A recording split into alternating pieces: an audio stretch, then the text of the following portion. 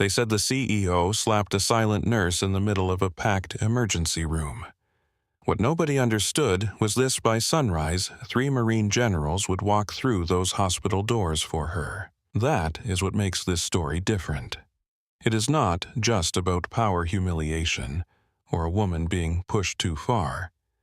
It is about what happens when the quietest person in the room has survived things no one around her can even imagine. Picture the kind of ER that never really sleeps.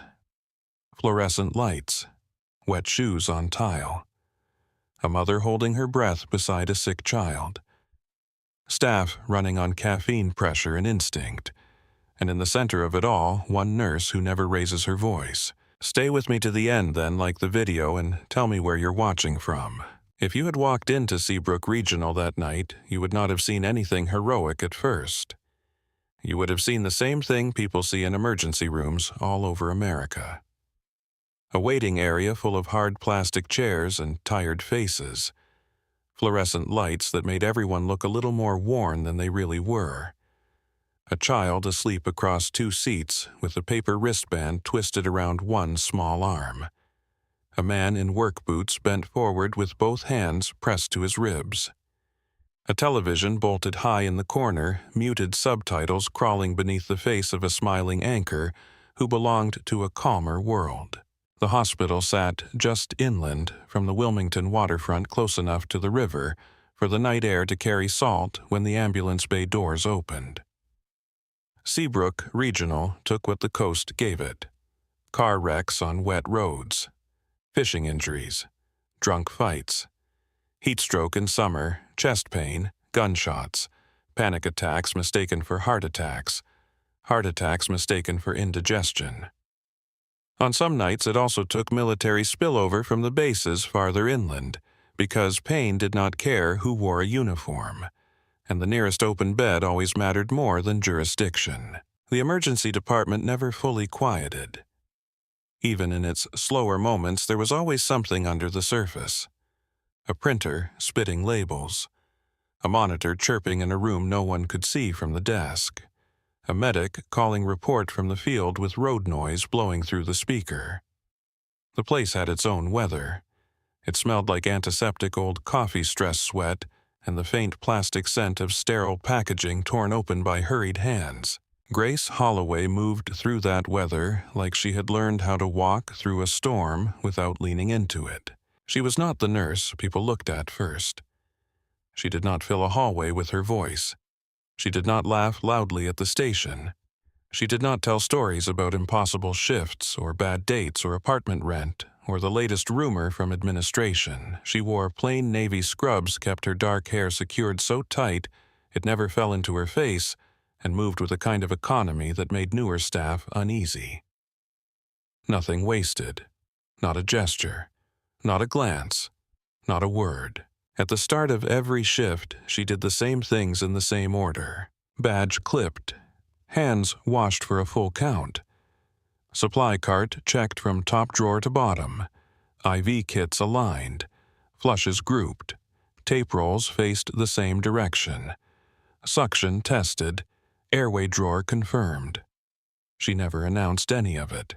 She just touched the room until the room made sense. The first few times Tyler Reed watched her, he thought she was obsessive. Tyler was 21 all elbows and nervous energy working transport while trying to get into nursing school. He still rushed when people senior to him spoke too fast. He still flinched when alarms went off near him. When Grace restocked a cart, he stood nearby one night with a stack of clean linen hugged to his chest and said, "Do you always line everything up like that?" Grace slid a sealed catheter kit into place and answered without looking at him, "Only when I plan on needing it fast." Tyler tried a grin. "You plan on needing all of it." She closed the drawer. "In here, yes." That was the thing about her. She never sounded dramatic. She sounded exact. People who liked noise mistook that for coldness. People who liked shortcuts mistook it for rigidity. People who had been there long enough knew better, even if they did not always admit it out loud. Darlene Brooks knew best of all. Darlene was the charge nurse on nights broad-shouldered and compact with deep brown eyes that could shut down nonsense at 20 feet.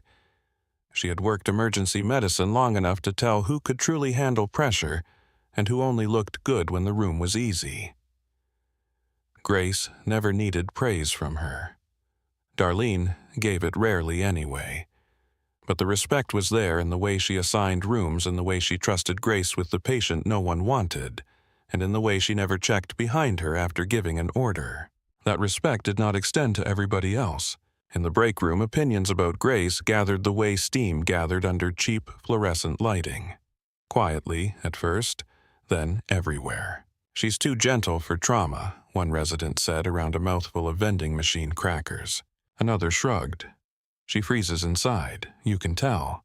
A travel nurse stirring powdered creamer into coffee said no, she just takes things personal. "Some people don't belong in the ER unless they can bark." Somebody laughed. None of them said those things in front of Grace. They said them while she was down the hall in a room with a vomiting patient, or up to her wrists in a supply cabinet, or at the desk correcting chart details nobody else had noticed. She passed by more than once and heard her own name flatten into silence behind a half-closed door. Her steps never changed.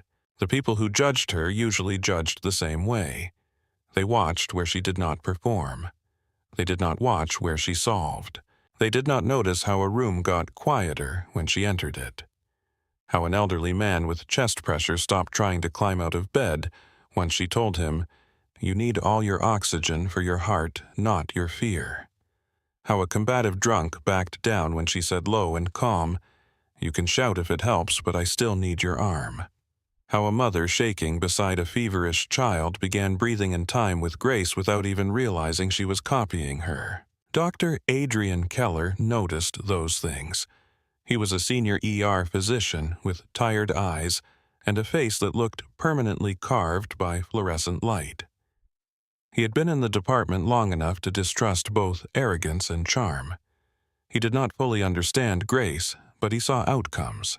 That counted for something. Still, even he had made assumptions. Everybody had. That was how Vincent Hale got away with slapping her in public and thinking the room would accept it. He did not just misread Grace. He misread everyone around her. He thought they would recognize power in a tailored suit before they recognized it in a pair of steady hands. The moment after it happened, the department absorbed the blow the way a body absorbs trauma before the pain catches up. People stared. A resident dropped his gaze. An orderly stopped moving. Ben Torres stood by the wall with one hand on his belt and the guilty look of a man who wished he had gotten there 10 seconds earlier. The red mark on Grace's cheek rose beneath the hospital lights. Vincent told her she was suspended. Then the ambulance siren cut the scene open, and the department had no choice but to keep breathing. By the time the overdose patient was stabilized and rolled deeper into the unit, the story had already started to fork into different versions. In one version, Grace had embarrassed the CEO. In another, she had mouthed off and paid for it. In the quietest version, the truest one, a man with too much power had hit a woman he believed could not hit back. At 3 a.m, when the waiting room finally thinned, and the coffee in the break room tasted burned enough to strip paint, the gossip hardened into opinion. A first-year resident named Cole slapped a folded napkin at the trash and missed by a foot. "I still don't get why she just stood there," he said. "You let someone do that to you once they own you." Another resident nodded. "Exactly. You either stand up for yourself in this place or you get eaten." Darlene stood by the sink with her paper cup in hand. She had not touched the coffee. "You think standing still means surrender," she said. Cole gave a small dismissive laugh. "Come on, you saw it." Darlene turned. The room got smaller. "No," she said. "I saw a nurse get hit in the face, then turn around and save a man before some of you had even figured out where to put your hands." Nobody answered. She set the untouched coffee in the sink. "You confuse noise with strength. That's why half of you fall apart when the room gets ugly." The silence that followed was not respectful, not yet. It was awkward, defensive. Everyone suddenly interested in their phones. Darlene left them there and went back out to the floor. Grace never stepped into the break room. She rarely did. On nights when she had 5 spare minutes, which was to say almost never, she stood by a supply alcove and ate half a protein bar while finishing charting. When she sat at all, it was usually only to write. That notebook people talked about was real. One of the newer nurses, Kelsey Moore, caught sight of it around 4 in the morning, while Grace was leaning against the medication room counter between rooms. Kelsey had only been off orientation for 6 weeks and still carried the brittle look of someone terrified of making the wrong decision in public.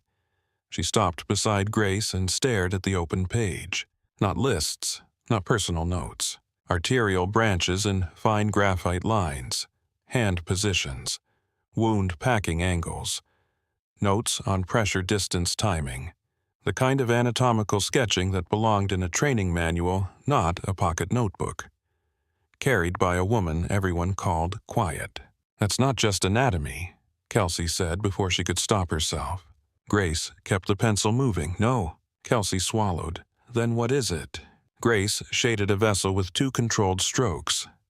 Preparation. For what? Grace looked up then, and Kelsey felt something shift under her own ribs. Grace's face was calm, but her eyes did not look like hospital eyes. They looked like they had learned to measure danger in a different place. "For the point where people stopped thinking," she said. Then she looked back down and finished the line.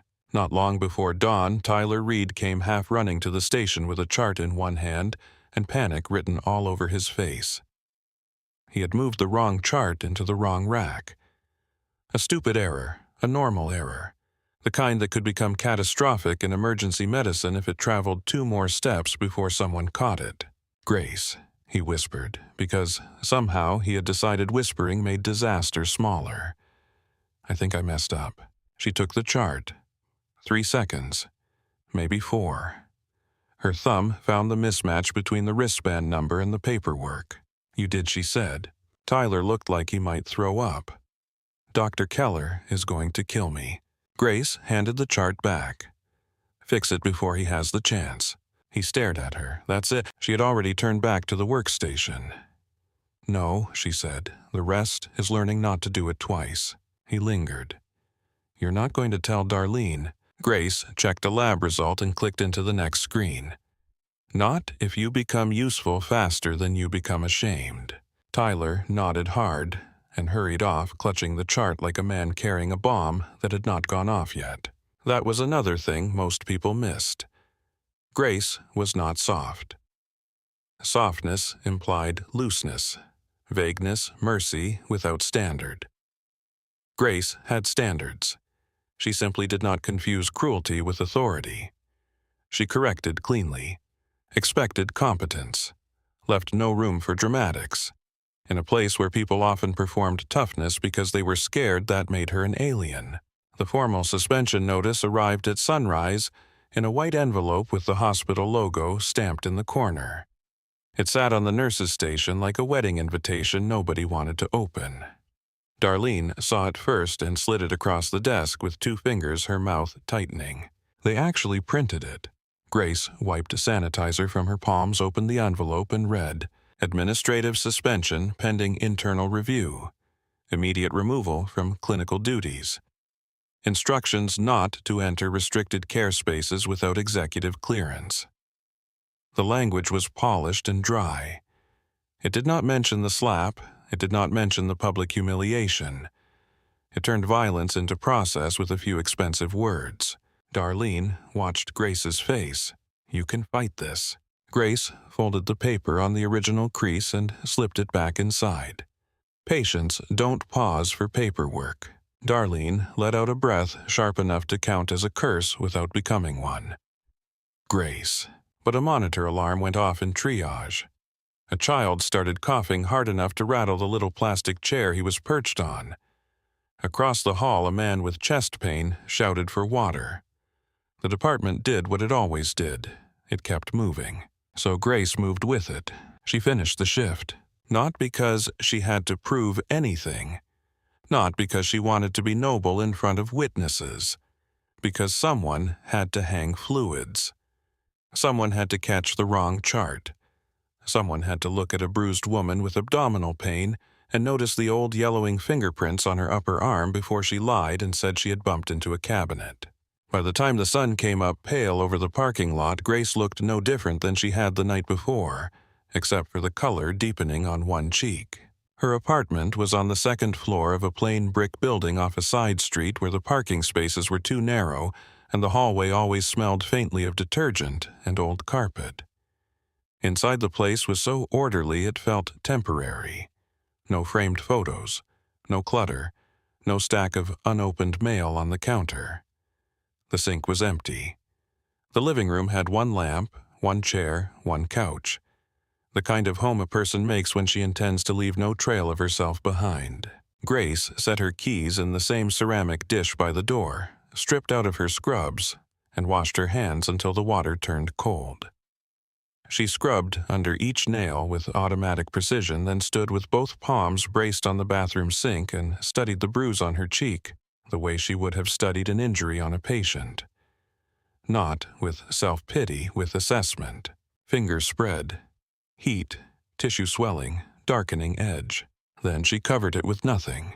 In the bedroom closet, behind a neat row of plain shirts, sat a wooden box with worn corners and a dial lock polished by use. Grace took it down and placed it on the bed. Her fingers turned the numbers without hesitation. Click. Inside, velvet lined the bottom in a faded blue that had once been richer. A scorched patch rested in one corner, its embroidered red wing darkened at the edge, as if heat had licked one side of it. Beside it lay a silver cross gone dull with age, the back engraved with a date. Underneath, both folded tight and thin from handling, was a photograph so faded it looked like it belonged to someone already gone. Grace did not take the photo out. She touched the burned edge of the patch with her thumb. Then the cross. A tiny movement through the tendon in her jaw was the only sign that anything inside her had shifted at all.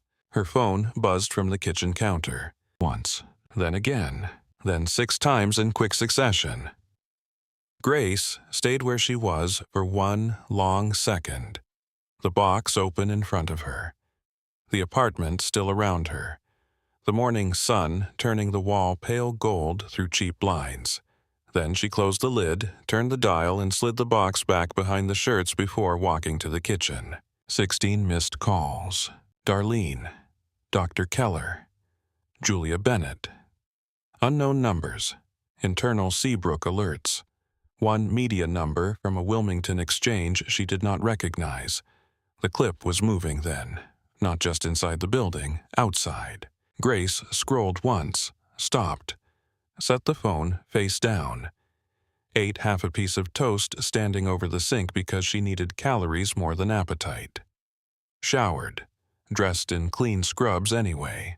By the time she drove back toward Seabrook Regional, the coastal fog was still lifting off the road in strips. Wilmington in the early morning had that strange in-between look it gets before the city fully wakes. Delivery trucks at red lights, gas station coffee carrying out of open doors, pine trees dark and still beyond chain-link fences. The radio stayed off. Grace drove with both hands relaxed on the wheel, the bruise on her cheek visible in the rearview mirror every time she checked it. At the employee entrance, Ben Torres was waiting with a clipboard he did not want to be holding. Ben had the heavy shoulders of a man who had once been stronger than his posture now suggested. He was good at calming families, decent at reading drunks, and terrible at pretending he liked conflict. When he saw Grace approaching, his eyes dropped to the bruise and then away too fast. Morning, he said, then hated himself for how normal it sounded. Grace stopped in front of the glass door. Morning. He shifted the clipboard from one hand to the other. I was told you're not cleared to clock in. Grace looked through the glass at the corridor beyond him. A gurney rolled past. A nurse with a loose ponytail jogged by, carrying blood tubes. Somewhere deeper in the department, a call bell kept ringing. Is the ER full? She asked. Ben almost laughed from pure exhaustion. It's always full. Then I'm going in. He exhaled. Grace. She met his eyes, not hard, just steady. If you stop me out here, the rooms inside do not get less sick. That was the problem with people like Grace. They never argued from ego. They argued from function. Ben looked at the clipboard, then at the hallway, then at the bruise on her cheek one more time. He stepped aside. Inside, conversations thinned when she passed. Some were sympathetic. Some were curious. Some were embarrassed because sympathy had arrived 24 hours later than it should have. A young day shift nurse named Amy stared openly and blurted, "Are you okay?" Grace handed her a chart from the printer. Room 7 still needs a repeat blood pressure. Amy took the chart without meaning to. By the time she realized she had not gotten an answer, Grace was already moving. Darlene came around the station fast, grabbed Grace by the elbow, and steered her into a narrow alcove beside the supply cages. "You didn't answer your phone." "I slept." "You were supposed to stay home." Grace's gaze stayed on hers. "I was supposed to disappear." Darlene's mouth compressed. The video is all over staff phones. Somebody clipped it. Not the lead-up, just the slap. Admin is panicking. Grace leaned one shoulder against the wall. People saw it in person. "That doesn't matter, and you know it," Darlene snapped. "It matters now because there's proof." Out in the hallway, a paramedic signed paperwork at the desk. A man in a wheelchair coughed wetly into a paper towel. A toddler cried until his mother handed him a cracker from her purse. The hospital kept performing its ordinary little human emergencies while bigger forces shifted upstairs. Darlene lowered her voice. "Vincent is already in a conference room with the board. Mara Ellis is with him. They're trying to write this into something clean." Grace's expression did not change. Violence is hard to clean. Darlene almost smiled. "Almost. I need you close today. I'm working. You're technically suspended." Grace glanced toward the trauma bays. "Technically." Darlene held her stare for a long beat, then shook her head once somewhere between frustration and loyalty. "Go put hands where they matter." Grace did. She moved back into the flow as if no one had tried to erase her with a piece of paper. A woman with abdominal pain who kept insisting she was fine until Grace noticed the way she guarded her right side when she laughed. A retired longshoreman with blood sugar in the basement and pride still somehow intact. A college kid who came in with chest tightness after convincing himself internet symptoms meant his life was over. Through all of it, heads turned. Not because Grace was demanding attention, because now people were watching with new eyes. The bruise on her face made them review everything they thought they knew about her. The quiet no longer read as weakness.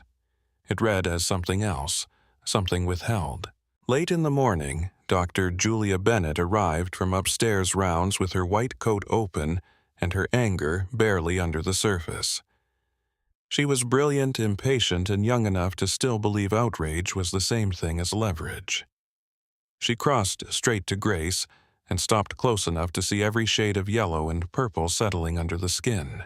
"Tell me you filed a report," Julia said. Grace was adjusting oxygen tubing on an elderly man who kept pulling the cannula loose because he hated how it felt under his nose. She settled it back in place, then looked up. "Number." Julia stared. "He assaulted you." "Yes, and you're just going to keep doing this." Grace checked the patient's pulse ox, wrote the number in the chart, and capped her pen. "He still needs oxygen." Julia took a breath, forced her voice down, and failed. "This is exactly why people get away with it." The elderly man looked between them, confused. Grace touched his blanket once. "I'll be right back, Mr. Perkins." She guided Julia 2 steps into the corridor out of earshot. "The law moves slowly," Grace said. "This place does not." Julia's jaw tightened. It should not always be on women to absorb it and keep going. Grace was silent for a moment, not dismissive, thinking. "No," she said at last. "It shouldn't." Julia looked at her then with something more complicated than anger. "I can help you." Grace's gaze drifted past her to the nurse's station where Tyler was scanning labels with exaggerated care and Amy was trying to untangle monitor leads without tangling herself. "Help the room," she said. "That will help me." Julia exhaled hard enough to shake. She wanted something cleaner than that. something she could fight with. The department did not offer clean things. Upstairs, behind glass and polished wood, Vincent Hale was already rewriting reality. That truth sat in the building like pressure before a storm. Down in the ER, Grace signed for 2 units of blood, corrected a mislabeled specimen before it left the station, and steadied a woman whose hands would not stop trembling long enough to sign consent paperwork. At the edge of noon, as sunlight climbed high enough to flatten the parking lot into glare, the overhead speaker clicked once and came alive. Security to room 312.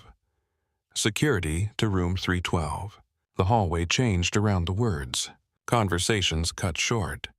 A unit clerk looked up from her keyboard. Tyler nearly dropped a stack of specimen bags. Somewhere behind the trauma doors, a patient monitor let out a sharp alarm and then fell quiet again. In emergency medicine, people learn quickly which tones matter and which announcements mean a problem is already moving. Darlene stepped out from behind the station and turned toward the West Hall. "Keller's in there," she said. Then she looked at Grace. "Come on." They reached room 312 to find the doorway clogged with bodies and hesitation. 2 orderlies were braced against the bed, one shoulder each, trying to keep a large man from throwing himself over the rails. A hospital security officer had one forearm up to shield his face. The patient's wrists were cuffed to the bed frame, but the whole mattress still jolted with each violent heave of his body. Oxygen tubing had snapped loose and was hanging over the side like a cut wire. Foam clung to one corner of the man's mouth. His pupils were wide, then narrow, then wide again under the bright room light.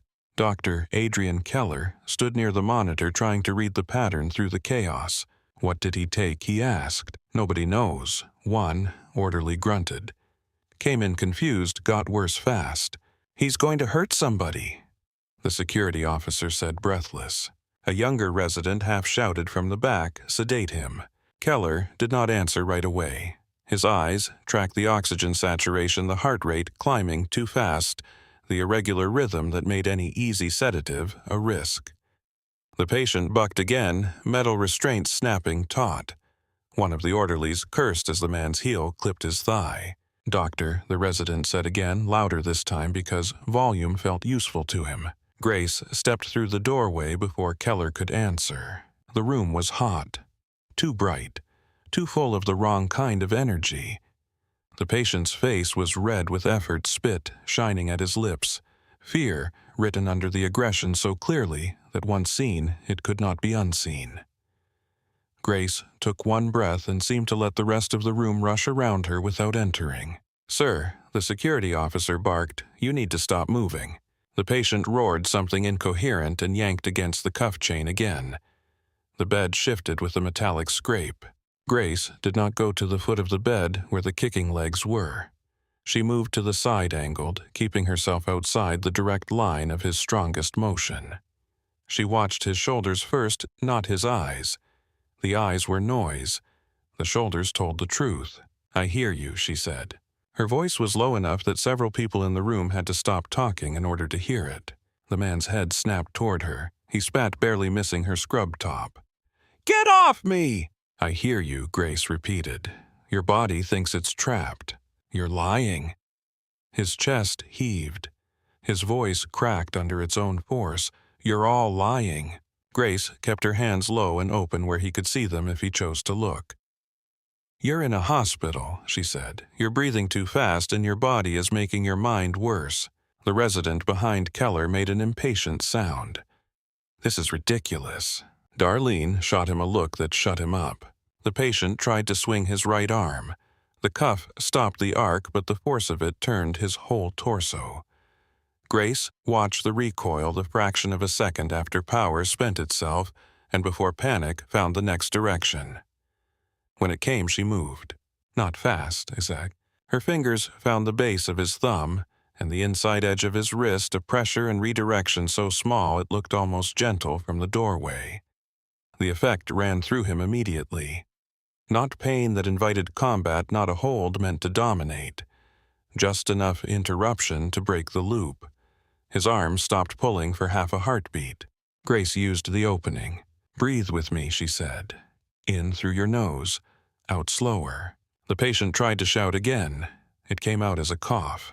Darlene stepped in on the far side, tightened the restraint that had slipped, and reset the oxygen tubing into Grace's waiting hand.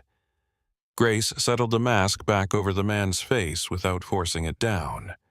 Her other hand remained at his forearm, not pinning him, anchoring him. Keller was staring now. "What did you just do?" Grace did not look away from the patient. He needed a door. A what? A way out that wasn't fighting. The man's chest rose hard under the blanket, then dropped. Hard again, then slower. His eyes, still wild, kept returning to Grace's face as if her voice were the only object in the room not jerking around.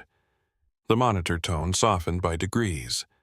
One of the orderlies let out a breath he had been holding. The resident at the back had stopped pretending he understood what he was seeing. Grace shifted her pressure point once, then released it. The patient did not lunge again. He was still agitated, still confused, but the room no longer felt like it might explode.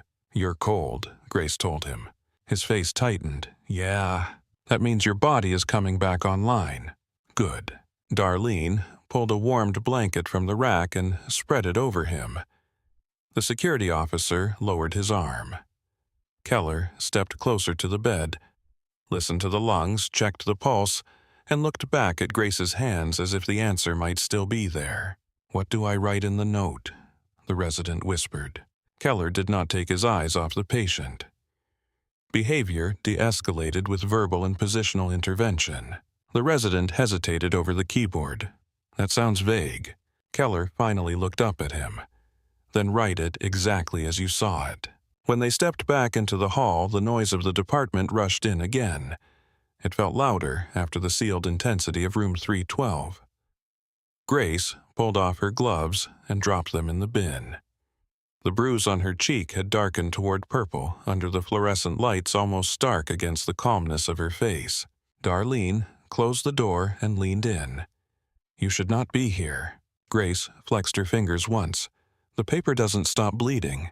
Two nurses nearby had gone very still, pretending not to listen. One of them, Kelsey, watched Grace with wide eyes. The other looked away too fast when Grace turned her head. Keller came out a second later, scrub cap, crooked stethoscope askew around his neck. He stopped in front of Grace and lowered his voice. "That thing with the patient," he said. "You did not use force. Number. You didn't challenge him. Number. You didn't even try to overpower him." Grace glanced through the room window at the man settling under the blanket. He already thought he was in a fight. Keller's jaw tightened. "Where did you learn that?" Grace's gaze moved back to the hall. In places where losing control cost more. It was not an answer he could use, only one he could remember. Before he could ask again, a unit clerk called his name from the station. "Chest pain in room 9. Critical potassium on a lab result."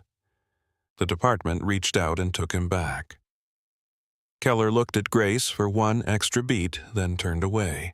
That was how the day went after that. Not as one dramatic scene, but as accumulating pressure. In room 6, a teenager with a badly broken wrist screamed whenever anyone in scrubs approached. Grace crouched beside the bed instead of looming over it and said, "I'm going to tell you everything before I touch you. You get one job. Hold still for 10 seconds at a time." The boy stared suspicious and tear-streaked, then nodded because the way she said it made it sound possible. In triage, an older woman with chest heaviness kept apologizing for making a fuss, even as sweat collected at her hairline. Grace took one look at the skin around her mouth, one look at the tremor in her fingers, and moved her straight back before the triage numbers even printed. 2 minutes later, Keller was calling for aspirin nitro in the portable monitor. A man, reeking of whiskey, came in with a split lip and the brittle swagger of someone trying to outrun collapse. He told everyone else to go to hell. When Grace asked him what he had taken, he smirked and said, "Wouldn't you like to know?" She held his gaze for 1 second, no more. "Actually, I'd like to know before your heart surprises us both." He barked a laugh, then told her. Amy, the day shift nurse who had blurted out the wrong question that morning, watched all of it from 3 rooms away. By noon, she had stopped seeing Grace as the quiet woman with the bruise. She was seeing pattern, fewer wasted words, fewer repeated mistakes in rooms where Grace had touched the process. Patients listening because she spoke as if listening were expected, not begged for. Around 1 in the afternoon, the hospital's internal bulletin hit every staff phone at once. The little alert tone chimed up and down the station, one screen after another. Tyler looked at his phone first, then Amy, then the pharmacist charting in the corner. Julia Bennett snatched hers off the desk with the impatience of someone already prepared to hate what she was about to read. Grace read hers where she stood, a statement from administration. Neutral font, neutral tone, heavy with polished language and empty space where truth should have been. It referred to a recent workplace professionalism incident. It reminded all staff of chain of command expectations. It stated that an employee had been placed on administrative leave pending review. It said nothing about a public strike, nothing about a bruise, nothing about power, nothing about why the clip spreading through half of Wilmington showed a man in a suit slapping a nurse in front of patients and staff. Julia let out a sharp breath through her nose. They are actually trying to write their way around it. Darlene looked up from the chart she was signing. That's what administration does when facts make them sweat. Keller read the statement, then locked his phone and set it face down. The movement was small, but Grace noticed it. Disgust in a physician who had learned long ago when not to use words inside a hospital. Tyler swallowed. Do they think people will just believe this? No, Darlene said. They think people will get tired. Grace slid her phone back into her pocket and turned toward room 11 because the call light there had started flashing again. Julia caught her by the wrist, not hard, just enough to stop her. Grace, look at me. Grace did. This matters. Yes. Then why are you acting like it doesn't? Grace's voice stayed level. I'm acting like he still has patients in my hallway. Julia's mouth opened, then shut. The answer made her angrier because it left her with nowhere clean to put her outrage.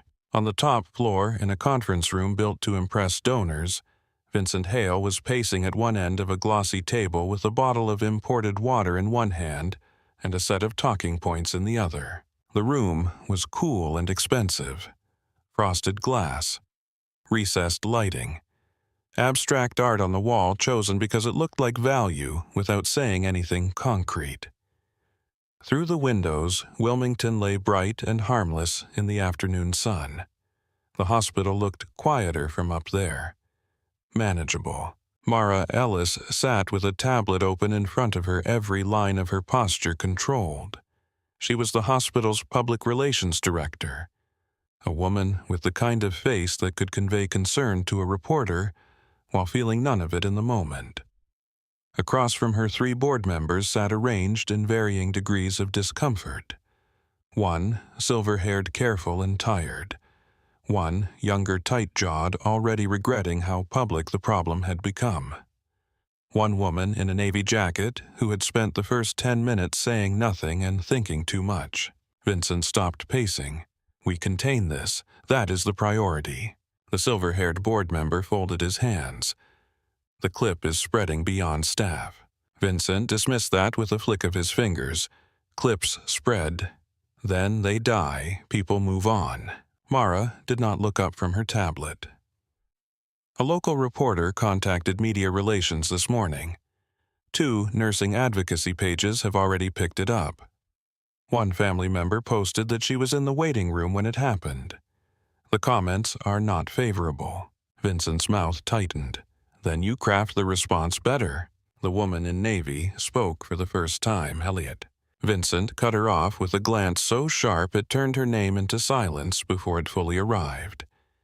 He had that effect in rooms where he believed himself safest. We frame this as a discipline matter, he said. Insubordination in a high-pressure care environment.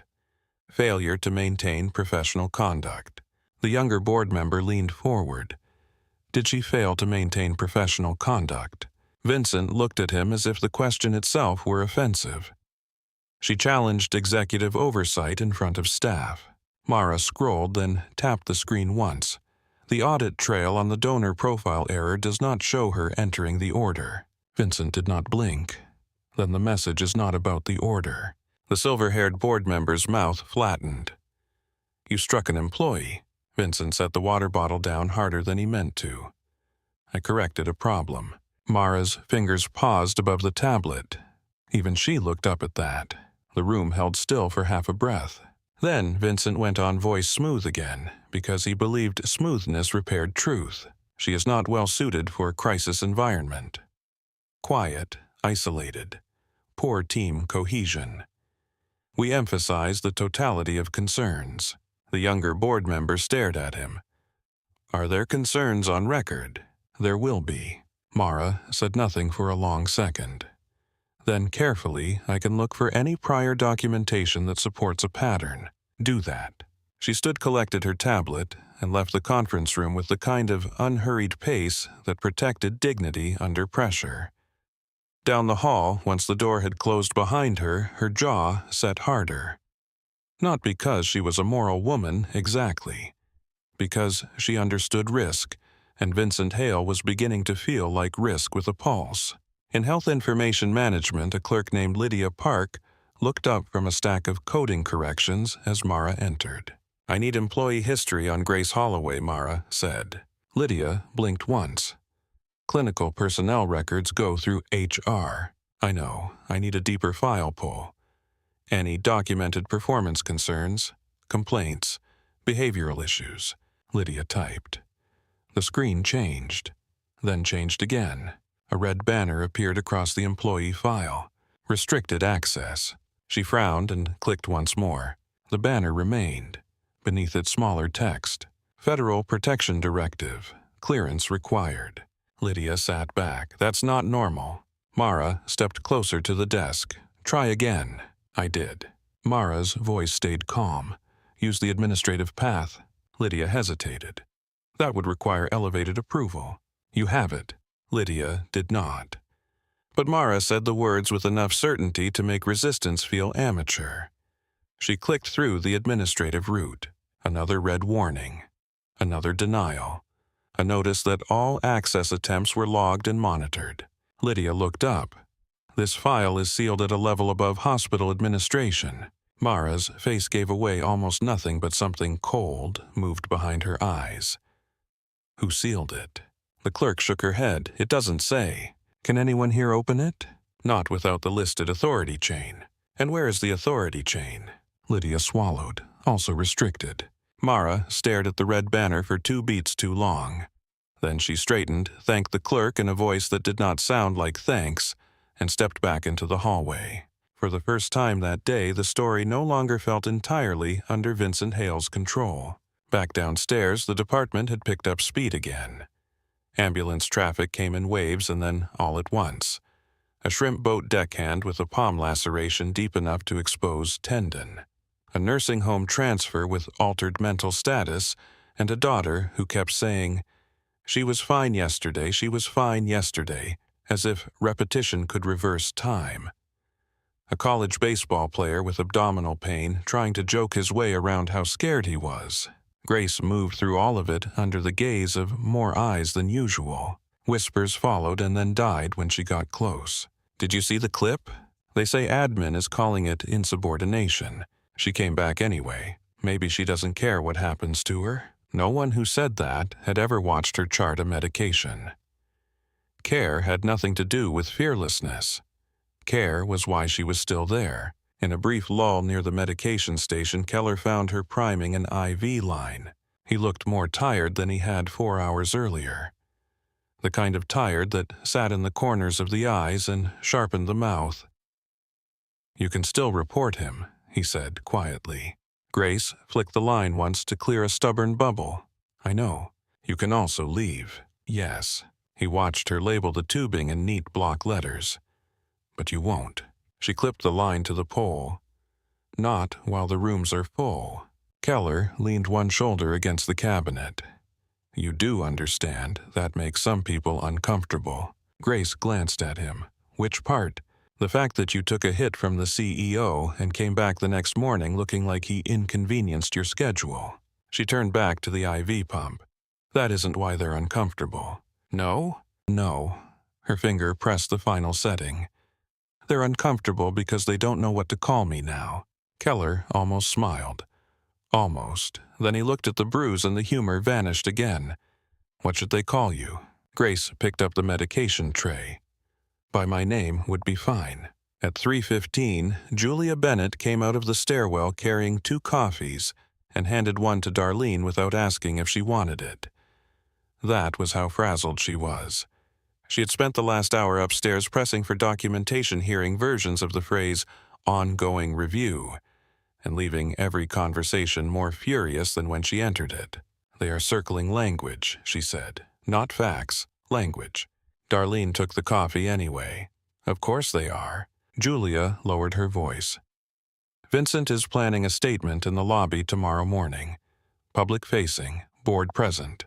Darlene's eyes sharpened. About Grace. Julia nodded. He wants to make the termination look clean. The word landed between them like a smell. Grace was 5 feet away, listening to a patient's lungs. Darlene looked toward her, then back at Julia. He wants a stage. Julia's mouth set. He always does. Neither woman noticed that Tyler sorting transport labels at the end of the station had heard enough to go pale. Later in the afternoon, a woman in her 40s came in with bruising at the collarbone and a story about a kitchen cabinet door. She smiled too often, flinched when her phone rang, refused eye contact when asked if someone had hurt her. Amy, still new enough to get visibly rattled by human cruelty, brought Grace the chart with shaking hands. I think she's lying, Amy whispered. Grace looked at the photo of the bruising, the edge pattern, the placement, the old healing mark just visible near the wrist. Yes, Grace said. Amy swallowed. What do I do? Grace set the chart down. You ask once where she feels safest. Then you listen to the answer she doesn't say. Amy frowned, trying to understand. Grace softened her voice just a fraction. People tell the truth with their shoulders before they tell it with their mouth. Amy glanced through the curtain gap at the patient, at the too bright smile that kept slipping. How do you know that? Grace's eyes held on the chart for a second. Because fear has posture. Amy carried that sentence with her into the room like fragile equipment. By the end of the shift, the clip had escaped the hospital entirely. Staff knew because their families were texting them screenshots. Julia knew because an old classmate sent her the link with 3 question marks and the words, "Is this your hospital?" Darlene knew because her sister left a voicemail containing mostly swearing. Keller knew because a former resident from Charlotte texted, "Call me if you need a witness statement." Grace knew because a mother in the waiting room stared at her face, then at her phone, then quietly moved her son's chair closer to the nurse's station without saying a word. At 6 o'clock, Vincent Hale emerged from the elevator in the public corridor with 2 board members trailing him like reluctant weather. He had changed ties, a different shade of blue, brighter, more television-friendly. Mara Ellis walked at his side with a legal pad and a face gone almost too neutral to read. They stopped near the information desk, close enough to the lobby cameras for the shot to be useful, and far enough from the ER doors to pretend the sick did not exist. Grace crossed the corridor a minute later, carrying a small box of saline flushes and suture packs toward the stockroom. Vincent saw her and smiled without warmth. "Still here," he said. Grace kept walking. He turned slightly so the board members would hear his next words. That kind of defiance is precisely why discipline is necessary. The silver-haired board member did not answer. He looked at the bruise on Grace's cheek instead. Mara's jaw tightened by 1 degree. Grace moved past them, without changing pace, the supply box balanced against her hip as though the sentence had not landed anywhere on her at all. That, more than any public argument, would have unsettled Vincent Hale, because he was a man who needed reaction to measure dominance. Grace kept denying him the instrument.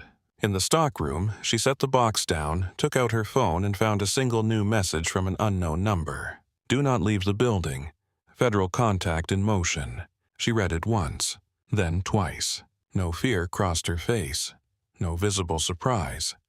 only a slight sharpening in the eyes and narrowing of attention, as if some distant sound had finally come into range. She locked the screen and slid the phone back into her pocket.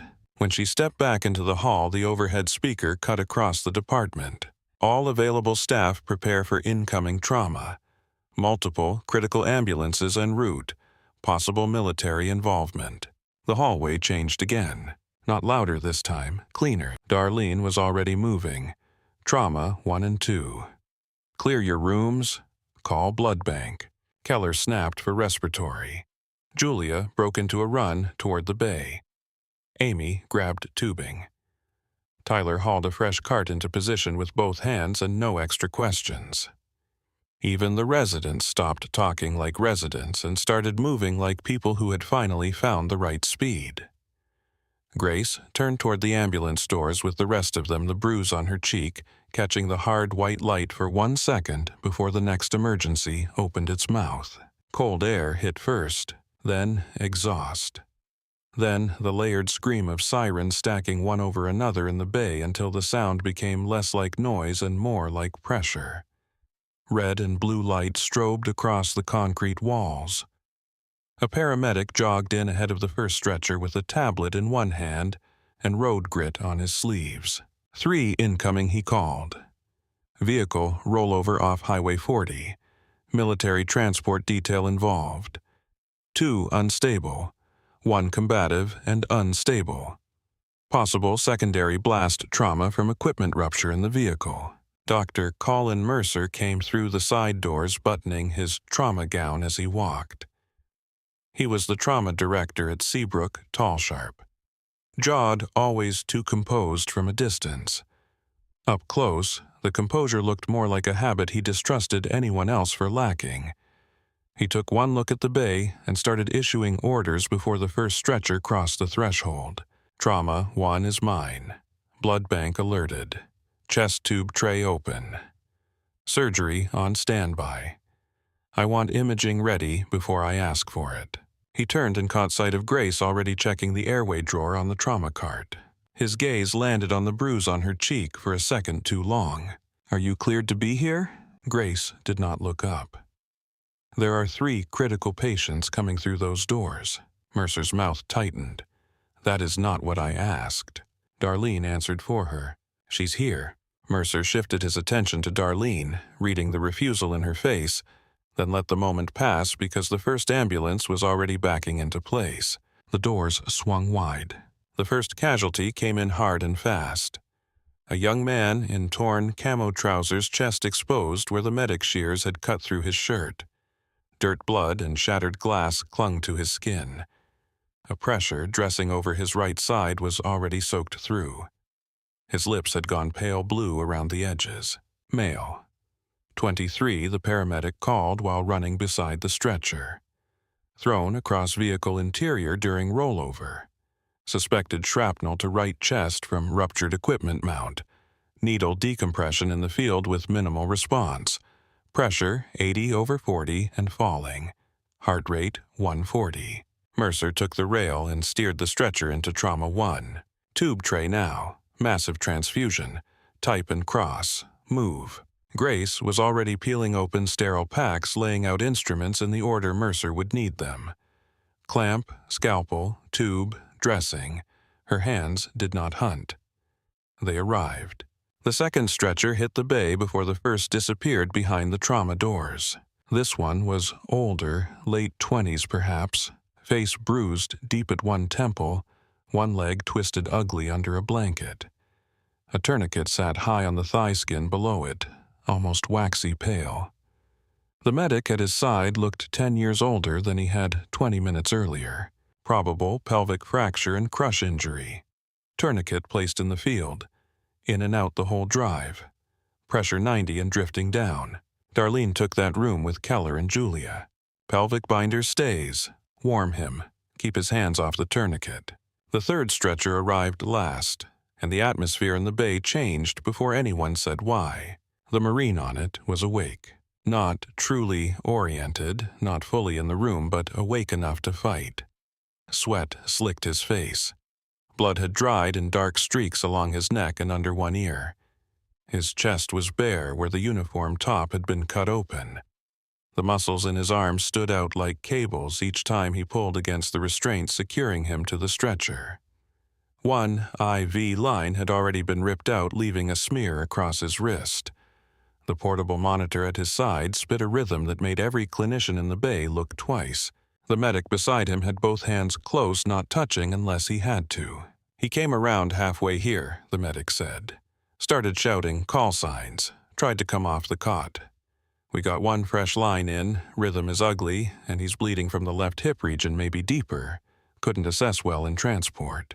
The Marine's eyes were open but fixed somewhere beyond the ceiling lights.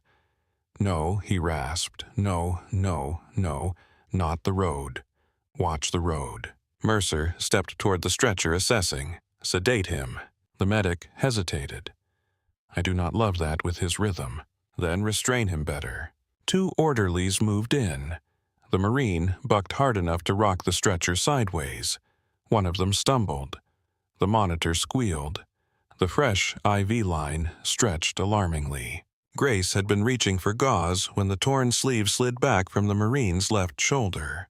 There, inked high on the skin, partly obscured by grime and sweat, was a red wing. Simple, precise, familiar in a way that hit before thought. Her fingers stopped for one fraction of a second. Darlene saw it from 3 feet away and felt something pass through Grace like a wire had gone tight beneath the skin. Not panic. Recognition. Mercer did not notice. He was focused on the rhythm, on the blood, on the timing of intervention. Push him down, he snapped. The Marine twisted again. Contact left, contact left. Grace stepped in. Dr. Mercer warned sharp enough to cut. She ignored him. Not dramatically, simply completely. She moved to the side of the stretcher, one hand reaching not for the restraint or the shoulder or the chest, but for the Marine's hand where it strained open and closed against the rail. Her fingers closed around his. Not gripping, contact. The Marine jerked toward her, wild-eyed breath shredding in his throat. No, he said. No, sir. No, not there. Grace leaned in so the sound of her voice did not have to fight the room. And when she spoke, it was different. Not softer, cleaner. A tone with no excess in it at all. Red sector is cold Bravo 2. Hold air for 3. The Marine froze. It was small, but everyone saw it. The recoil of a body recognizing something before the brain caught up. Grace did not blink. 1, 2, 3. His chest tried to obey. Failed. Tried again. His eyes snapped to her face, really seeing it for the first time. The fight in him changed shape. Not gone, redirected. Red Wing, he whispered the word, torn and disbelieving. The room went still in the wrong way. Even the movement kept moving more quietly. Darlene's hands reaching for dressing slowed by half a beat. Mercer turned his head toward Grace. What did you just say to him? Grace did not answer him. You are stateside, she told the Marine. You are on clean concrete. You are in Wilmington. Stay with my voice. The Marine's breathing shifted. Still ragged, still scared, but it found cadence. His shoulders lost one layer of fight. His hand tightened around Grace's fingers with desperate recognition. Road was open, he muttered. We got hit from the side. I know. Her voice stayed level. You are past that now. Mercer stared at the monitor as the numbers changed enough to matter. Not miracle numbers. Better numbers. Enough for hands to work. He recovered first because he was whatever else he was, still a trauma surgeon. His hip, he said. Find the bleed. Grace's eyes were already there. The left hip region was a mess of torn fabric and dark-soaked field dressings. Not a simple wound. Too high for a standard tourniquet. Too low and deep for blind clamping. Blood was seeping with that sinister heavy persistence that suggested a junctional source no one could fully see. Cut wider, Grace said. Mercer glanced at her, irritated by the instruction, and more irritated that he obeyed it. The medic's shears opened the cloth farther. The wound came into view. Everyone in the room felt it at once. Bad. Not cinematic bad. Clinician bad. The kind that shortens the space between thought and action. Mercer reached for a clamp. Grace caught his wrist with 2 fingers, not forceful absolute. Number. His eyes snapped to hers. Junctional hemorrhage, she said. You cannot solve blind anatomy with hope. The sentence landed hard because it was true. Mercer let go of the clamp. Then what? Pack and anchor. Now. Darlene already had the hemostatic gauze in Grace's hand. Grace set the first dressing deep with brutal, intelligent pressure. Not random force. Angled, directed. She used the contour of the pelvis and the weight of the body against itself, building compression where most civilian clinicians never got enough repetition to trust their hands. Blood soaked the first layer. She drove the second in, then a third. The Marine hissed through his teeth so hard his jaw shook, but he did not thrash. His hand never let go of hers. "Stay with me," Grace said. "Yes, ma'am." There it was again. Not civilian language. Mercer watched her rap sequence with open concentration, now pride shelved by necessity. She secured the pack using a broad pressure dressing and a stabilizing turn that looked wrong to anyone taught by standard hospital simulation and exactly right to anyone who had ever tried to keep a body from emptying out before transport. Darlene, seeing the pattern, learned while helping. "I have never seen that rap. It holds under movement," Grace said. Mercer looked at the source, at the slowing seep, at the pressure barely starting to claw upward. His next words came out quieter. "Who taught you that?" Grace checked the anchor point once more, a place that did not offer second attempts. The Marine's eyes kept flicking to her face like a compass needle refusing any other north. Sweat ran from his temples into his hair. He was pale now in a different way, less frantic, more shock-washed. Grace brushed dried grit from the line sight on his wrist, checked the tubing, then looked at him again. "What's your name?" "Luke," he said, barely audible. "Last name?" "Maddox." "Good. Stay here, Luke." He swallowed. "Thought you were gone." Grace's expression did not alter. Not today. Mercer had heard enough to know he understood almost nothing. "Move him," he ordered. "Imaging. Keep that dressing exactly where it is." The stretcher rolled. Grace walked beside it with one hand on the rail and the other maintaining contact with the dressing. Darlene carried the chart and the blood paperwork.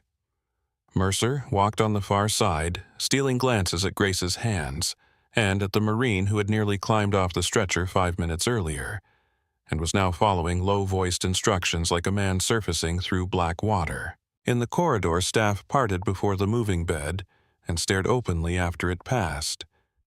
Not because trauma was unusual, because the atmosphere around this one felt wrong in a way no one could name. The suspended nurse with the bruised cheek, the unstable Marine calling her by a name nobody recognized, the trauma director obeying her wound control sequence without argument. A first-year resident whispered to Julia. What did he call her? Julia kept moving with the transfusion paperwork. I don't know, but the words stayed with her. Red Wing. Upstairs, Major Caleb Ward and Captain Elise Morgan entered Seabrook Regional through the main lobby with the kind of posture that made reception desks go quiet. They were not in dress uniform. Civilian clothing. Dark jackets, clean lines. Nothing on them that announced rank to the average eye except the way they occupied space as if it had already been measured. The young woman at the front desk offered the standard smile, and almost lost it when Caleb opened a slim leather wallet, just enough to show credentials. We need access to records, he said. She blinked. Medical records are on 3. We know. Elise did not say anything. Her gaze moved once across the lobby and took in the exits, the board member by the elevator, the security camera angles, the public corridor leading toward the ER. They rode the elevator to the 3rd floor without another word. Health information management on a weekday afternoon felt like a different planet from the emergency department. Soft printer sounds. Desktop fans. The click of keyboards. Beige walls. Paper stacked in exact rectangles. Lydia Park looked up from her monitor as they entered. Can I help you? Caleb showed credentials again, then slid a folded authorization letter across the desk. We need the full personnel file for Grace Holloway. Lydia read the first line, then the signature block, and her posture changed. Come with me. She led them into a smaller office and shut the door before sitting at a terminal. Her hands moved fast and careful over the keyboard. She entered the name, Grace Holloway. The file opened to the standard Surface page first. Nursing license, current unit assignment, employment dates, shift pattern. Then the deeper system tried to load. A red banner appeared. Lydia stopped breathing for half a second. Elise stepped closer. Open it. I don't have that clearance. Caleb set the authorization on the desk beside the keyboard. You do now. Lydia typed in the additional code. The terminal accepted it. Another warning box appeared. Restricted Federal Directive. Access logged and monitored. She looked up. This is going to trigger notice. Caleb's expression did not move. Good. The deeper file opened. It was less a personnel file than a buried dossier forced to wear hospital formatting. Large sections were blacked out. Unit history masked. Deployment blocks redacted. Attached images locked behind permissions. Even the authorization did not fully strip away. But some lines remained visible. Grace Holloway. Commission status protected. Former operational medical assignment. Current civilian cover accepted under continuing protective directive. Observe only. Do not engage unless breach criteria met. Lydia's eyes moved lower and stopped. One line sat plain on the screen without coding or euphemism. Any threat to subject is a threat to a national asset. The room got quieter than the office had any right to be. Elise read the line once, then again. Directive still active. Caleb's jaw set. Lydia looked between them. What is she? Neither of them answered that question. Instead, Caleb asked, Has there been harm to the subject? Lydia swallowed. The hospital CEO struck her yesterday. There's video. Administration is trying to bury it as a professionalism issue. Elise's face changed less than most people's faces would have. That made it worse. He hit her. Yes. Who else has tried to access this file? Lydia clicked into the access logs. A list of denied attempts filled the screen. Executive Office Terminal, Public Relations Terminal. Elevated request from an administrative machine not assigned to records staff. Elise leaned closer. They were building a case. Lydia nodded. Our PR director asked for any behavioral concerns or disciplinary pattern. The system blocked her. Caleb took out his phone and turned slightly away as he placed the call. His tone when he spoke carried no urgency, because urgency had already been converted into action. Ward. Confirm breach criteria met. Physical assault by civilian executive. Active administrative interference. Subject remains on site and in patient care. Yes. Confirmed by file and witness statements. He listened. Observe, only status is broken. Another pause. His gaze went to the red banner on the screen, then to the line below it. Yes, sir. He ended the call and slipped the phone back into his pocket. Lydia looked at him with the expression of someone realizing the ordinary world had not been the whole world in her building for some time. What happens now? Caleb's voice remained measured. System lockout on all non-cleared terminals. Maintain seal. Do not print. Do not copy. If anyone asks, you cannot help them. Lydia nodded too quickly. They will blame me. Elise answered this time. Not if you keep your hands clean.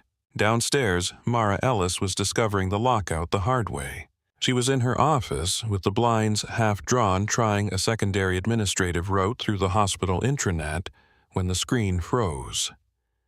Then, a message appeared in plain black type on a gray field. Access revoked. Further attempts logged. Her mouth went dry. A second later, her phone buzzed. Unknown number. Cease access attempts to protected file.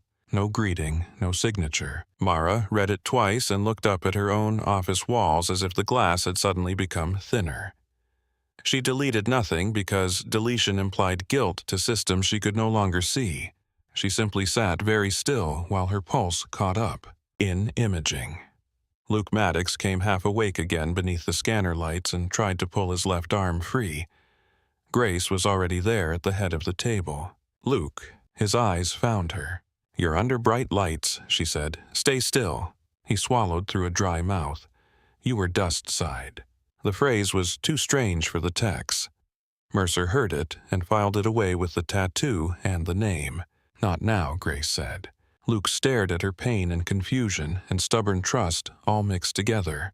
Thought Red Wing was dead. Grace did not answer. She looked at the imaging tech instead. Run it. The scan took minutes that felt longer because blood pressure did not care about emotion or mystery. The wound pack held. Barely then better. Mercer studied the first images with a tightening concentration that had nothing to do with ego anymore. There was damage, yes, but the field control had bought time. Real time. Operable time. He turned to Grace. If that had not been packed the way you packed it. He stopped because he disliked unfinished thoughts unless they were true enough to stand without ending. Grace looked at the scan, not at him. But it was. Back in Trauma 1, the first casualty had a chest tube in and blood hanging. Trauma 2 was stabilizing enough for transfer. The unit had entered that dangerous brief phase, after major arrivals, where people thought the worst had already happened.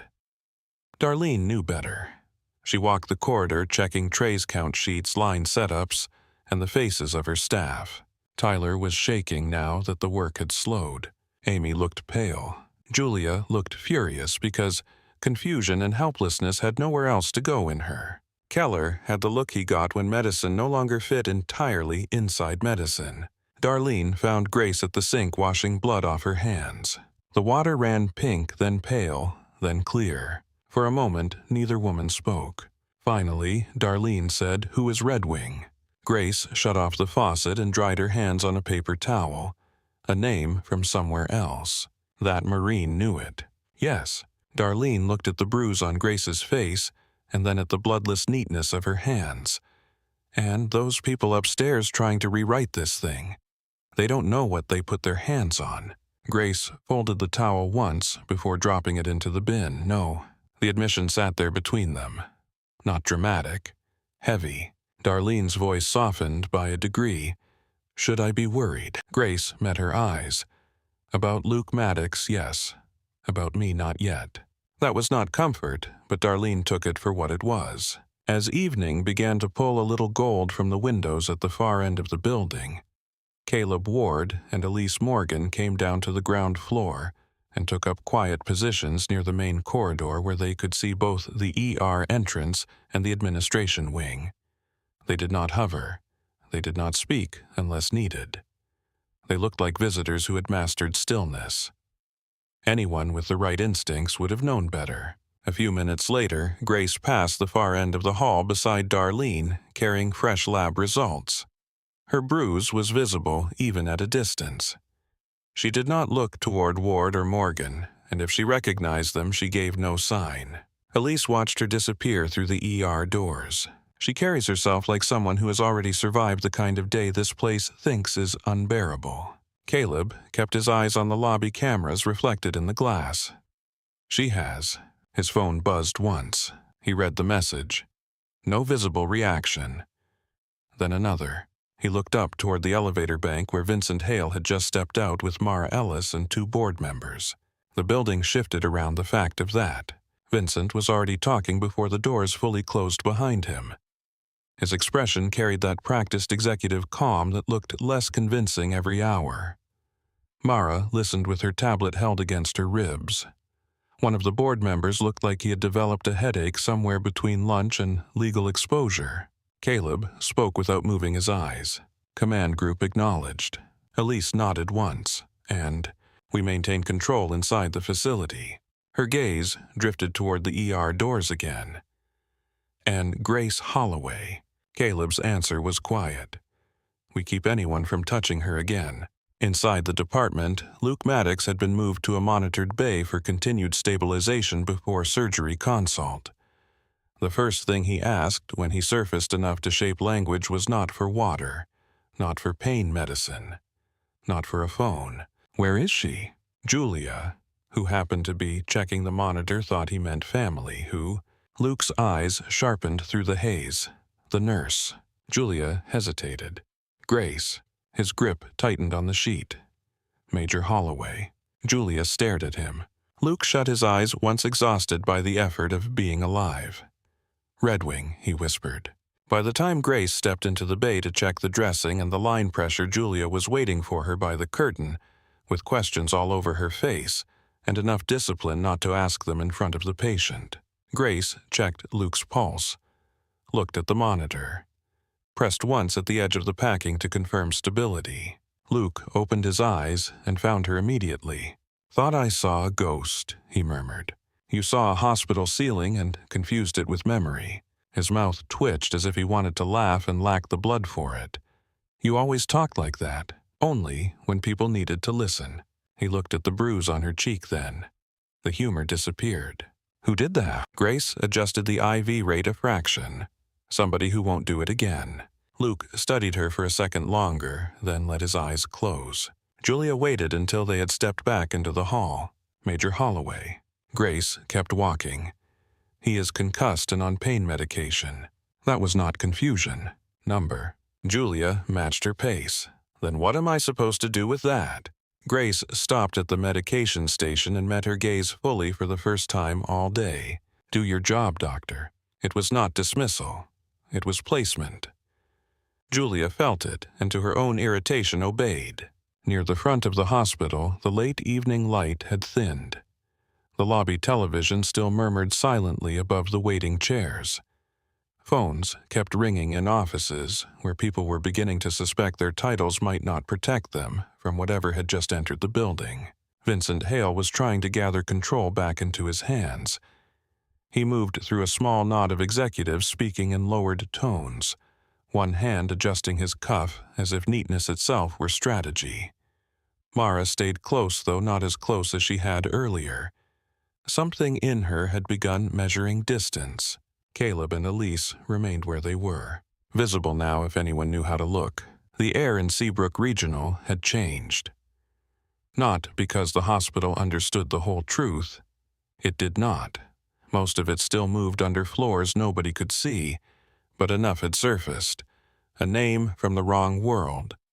A file that answered to someone beyond the board.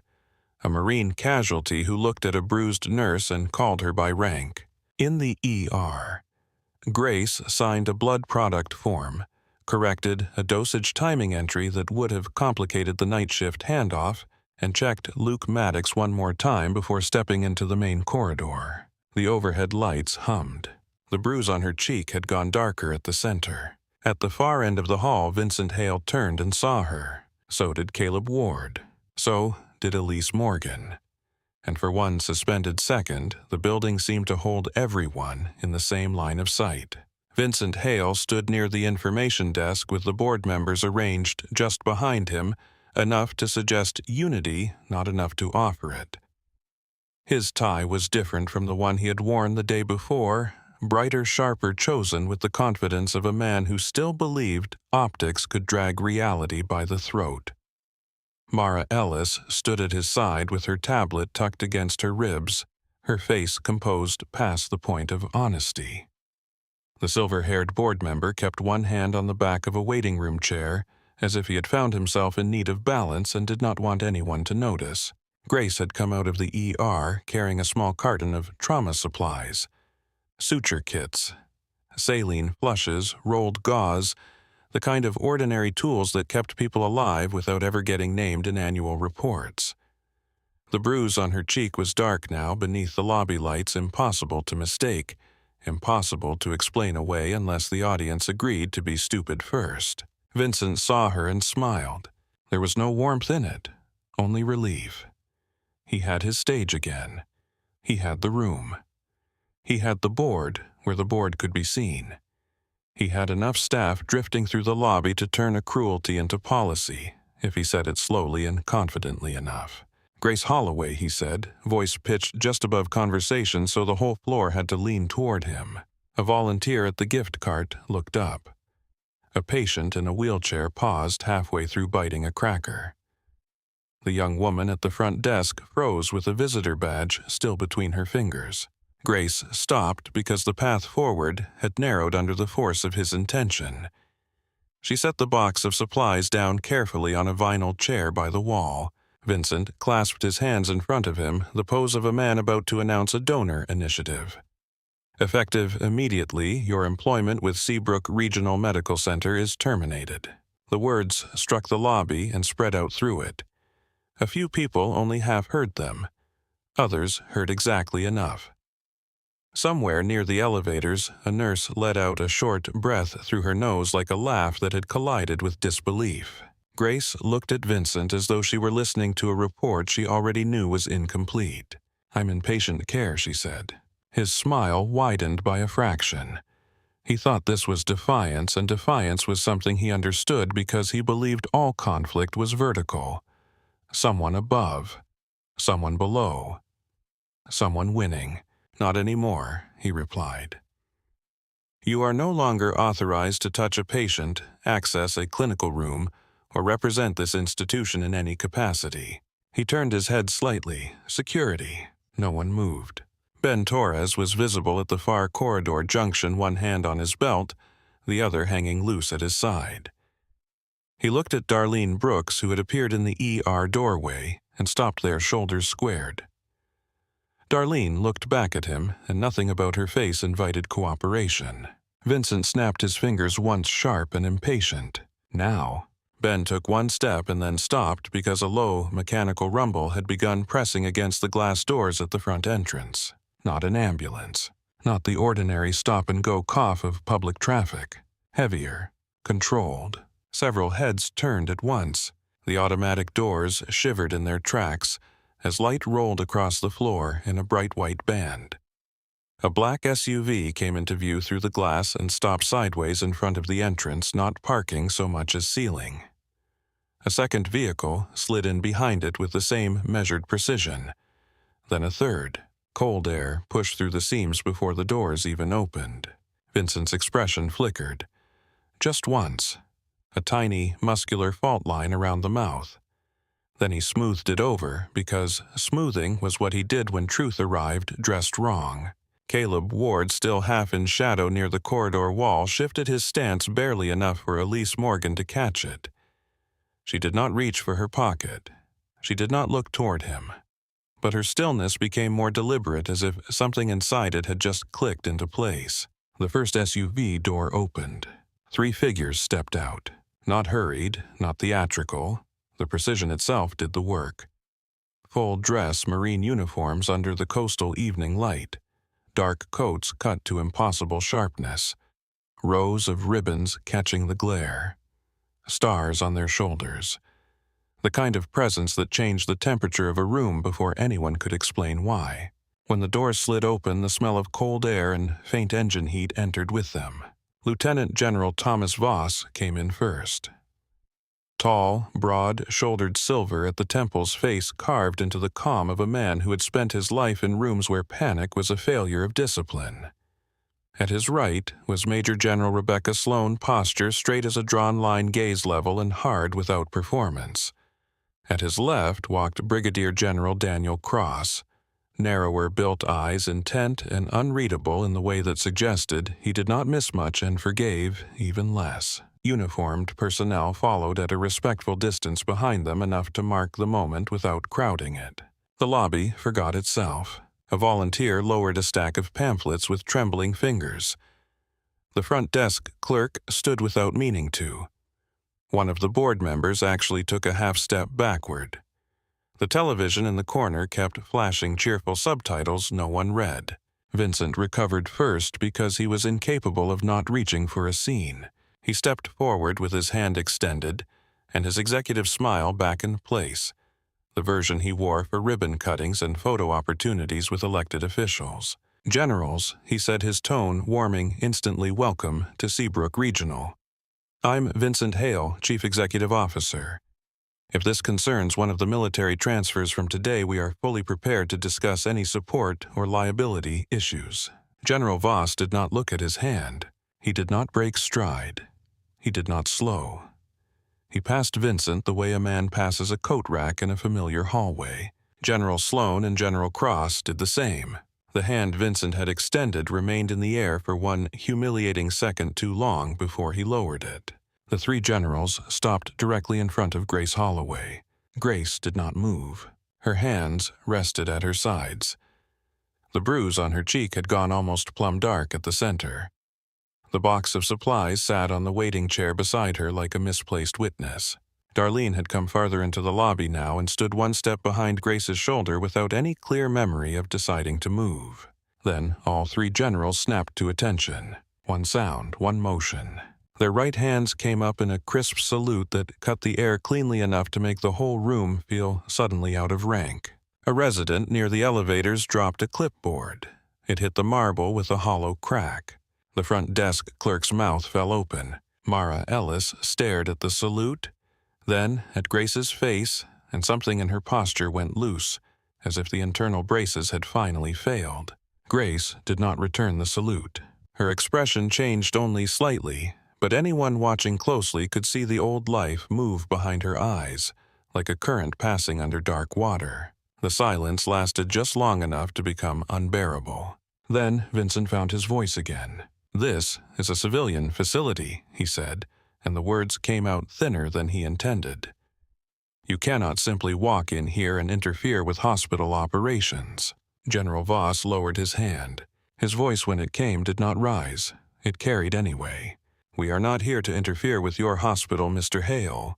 He let the title fall between them like something small and irrelevant.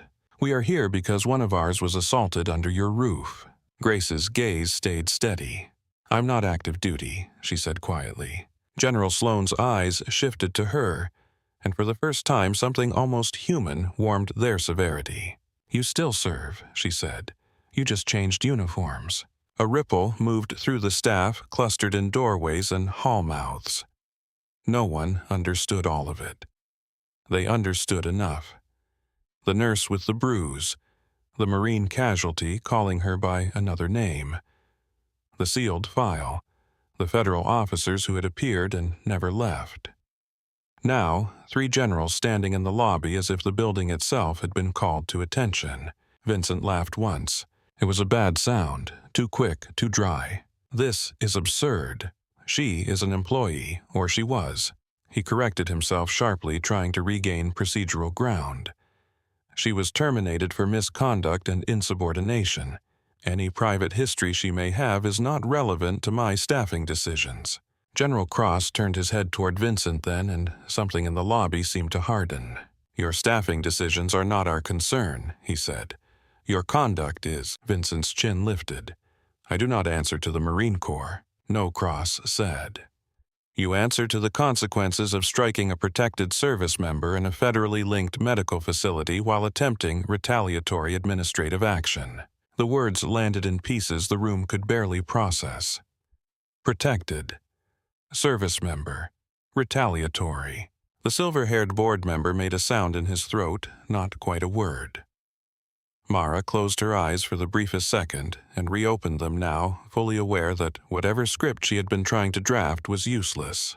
Vincent looked from one general to the next, then to Grace, then back again, as if a different arrangement of the facts might produce a world in which he was still the largest force in it. "I did not know who she was." General Sloane's gaze sharpened. "She was still a nurse when you hit her." No one spoke after that. No one had anything better. Caleb Ward and Elise Morgan stepped out from the corridor shadow and into the center line of the lobby without hurry, but suddenly everyone saw them. Vincent turned at the movement startled, and recognition hit too late. The same plainclothes officers who had been in the building all afternoon were no longer part of the background.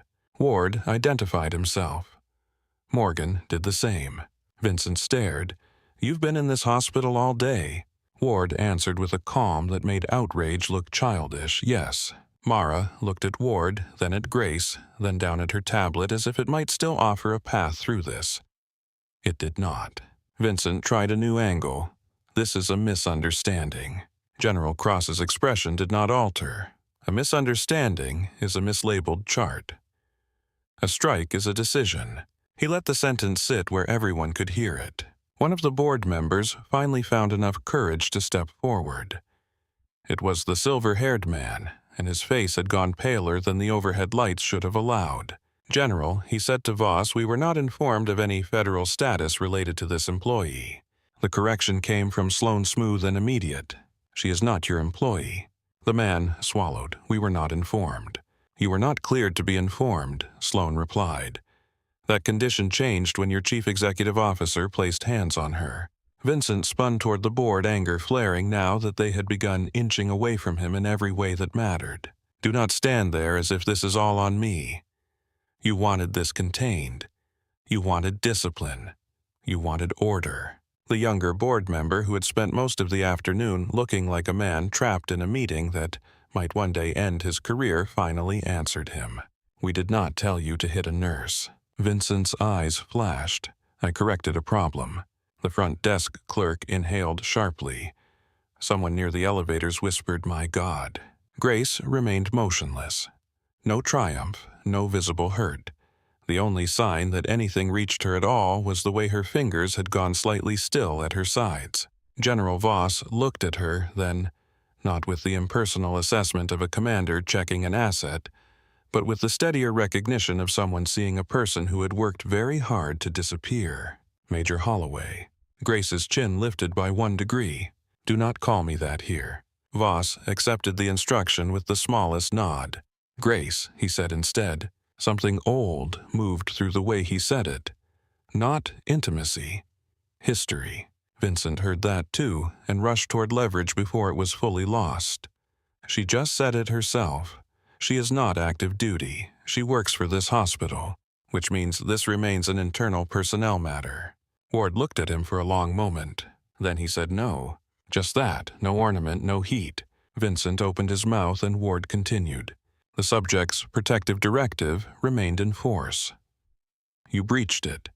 Your administrative actions after the assault are under review. The facility's attempts to access restricted files are logged. The retaliatory termination you attempted to announce in public has no standing." Mara looked up sharply at that. "No standing," Elise answered her without turning. "None." For the first time all day, Vincent seemed to understand that power had left him so completely he could not even locate the room where it had gone. He tried apology next because apology still implied negotiation. "I can reinstate her." No one answered. "I can issue a public statement." Still nothing. He glanced at Grace directly now, desperation beginning to fray the edges of his voice.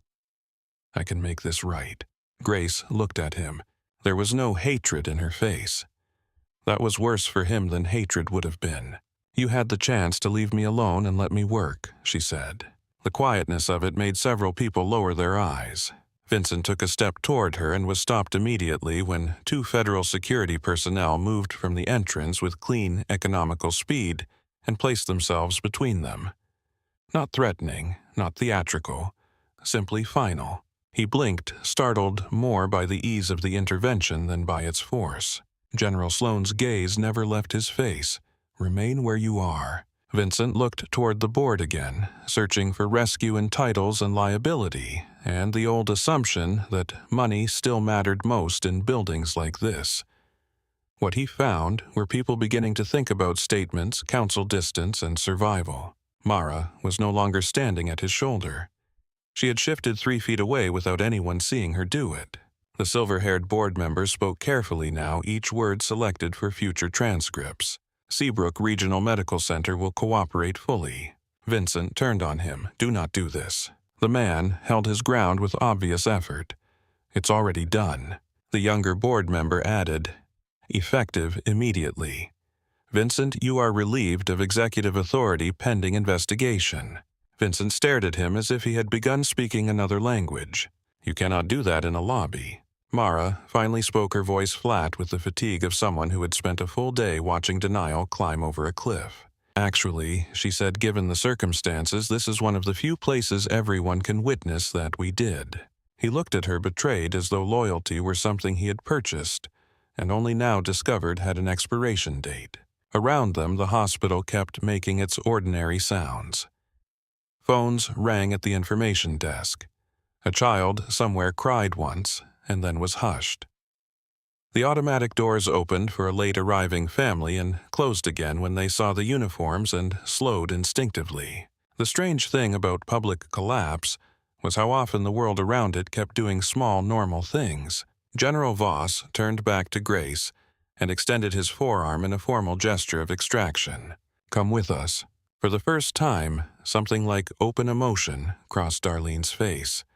Relief first, then worry. Julia Bennett had come out of the ER doorway and stood beside Keller now, both of them fixed on Grace with the expression of people who had spent a day discovering how little they knew. Grace looked at Voss's arm. Then she looked over his shoulder toward the ER double doors. From beyond them came the thin layered sounds of a living department. A monitor alarming. A cartwheel rattling over a seam in the floor. Somebody calling for respiratory. Somebody asking for blood. The sounds had no respect for revelation.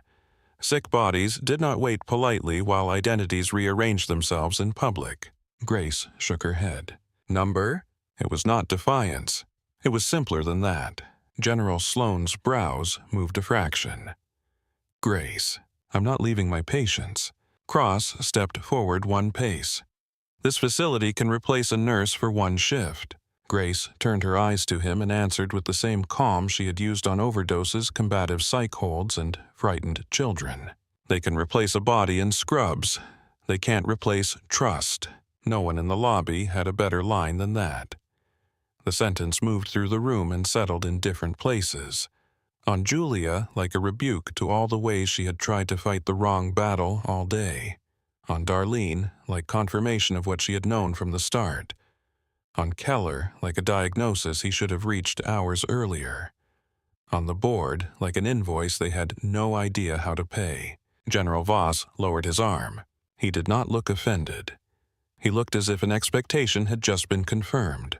Understood. Grace bent picked up the box of supplies from the chair and held it against her hip. Vincent, still trying to keep the script from dying, seized on the refusal like a drowning man grabbing broken wood. "You see," he said, looking from the board to the generals to Ward. "She is choosing to stay. That means this is still a hospital matter." Ward turned his head toward him very slowly. "No, it means she is choosing duty over spectacle. Again." That last word landed harder than any shouted accusation would have. General Sloane stepped toward Grace by half a pace. Her voice dropped enough that it carried respect rather than command. "You should not have had to stand here alone." Grace's answer came just as quietly.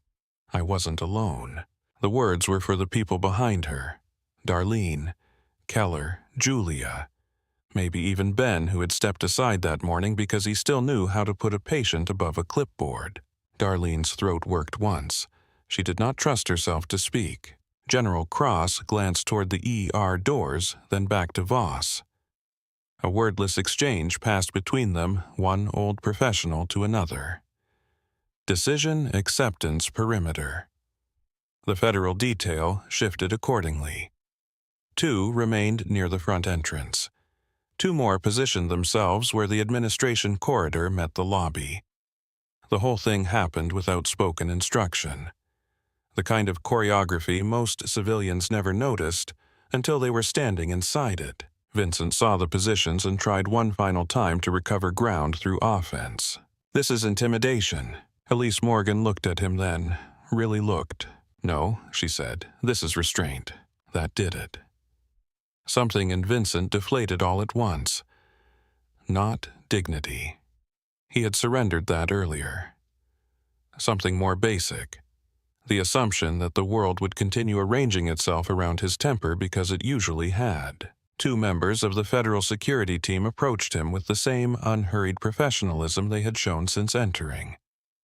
One identified the basis for detainment in language so controlled it sounded more severe than anger ever could. Interference with protected personnel, assault under review, obstruction concerns pending federal coordination. Vincent tried to pull his arm away when one hand touched his sleeve. Not enough to escape, only enough to reveal the impulse. The hand remained where it was, firm, unemotional. He looked around one last time, searching every face in the lobby for someone who would step in. A board member. Mara. Security. Anyone who still believed he was the center of the room. No one moved. As they turned him toward the side corridor, he twisted his head and looked back at Grace.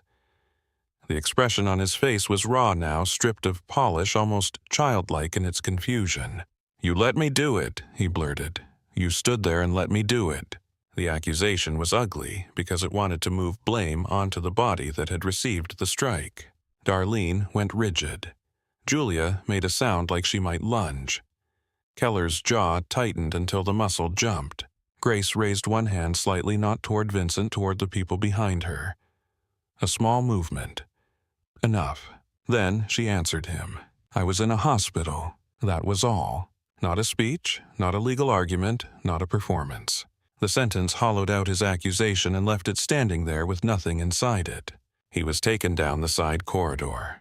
The scrape of his expensive shoes on hospital flooring was the last sound of him in the lobby. After he disappeared, the room did not burst into applause or chatter. Real shock rarely behaves that way. It became quieter instead, not peaceful, reordered. The board members stood as if they had just survived weather they were still too close to understand. Mara looked down at her tablet, and then locked the screen, finally accepting that no device in her hand could manage what had happened. The front desk clerk sat back down because her knees had remembered themselves. The volunteer with the pamphlets began stacking them again, only to have her hands shake and stop. General Voss remained where he was facing Grace. For a moment, neither of them said anything. Then he spoke in a tone low enough that only those nearest could hear.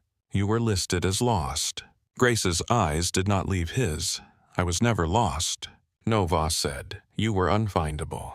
Cross looked away toward the doors, giving them the dignity of privacy inside a public room. Sloane did not look away, but some hardness had left the line of her mouth. Grace shifted the box of supplies in her arms. "I made my choice," Sloane answered softly. "That was always yours to make." Grace seemed to weigh that against something private and old. Then she said, "My choice is still inside those doors."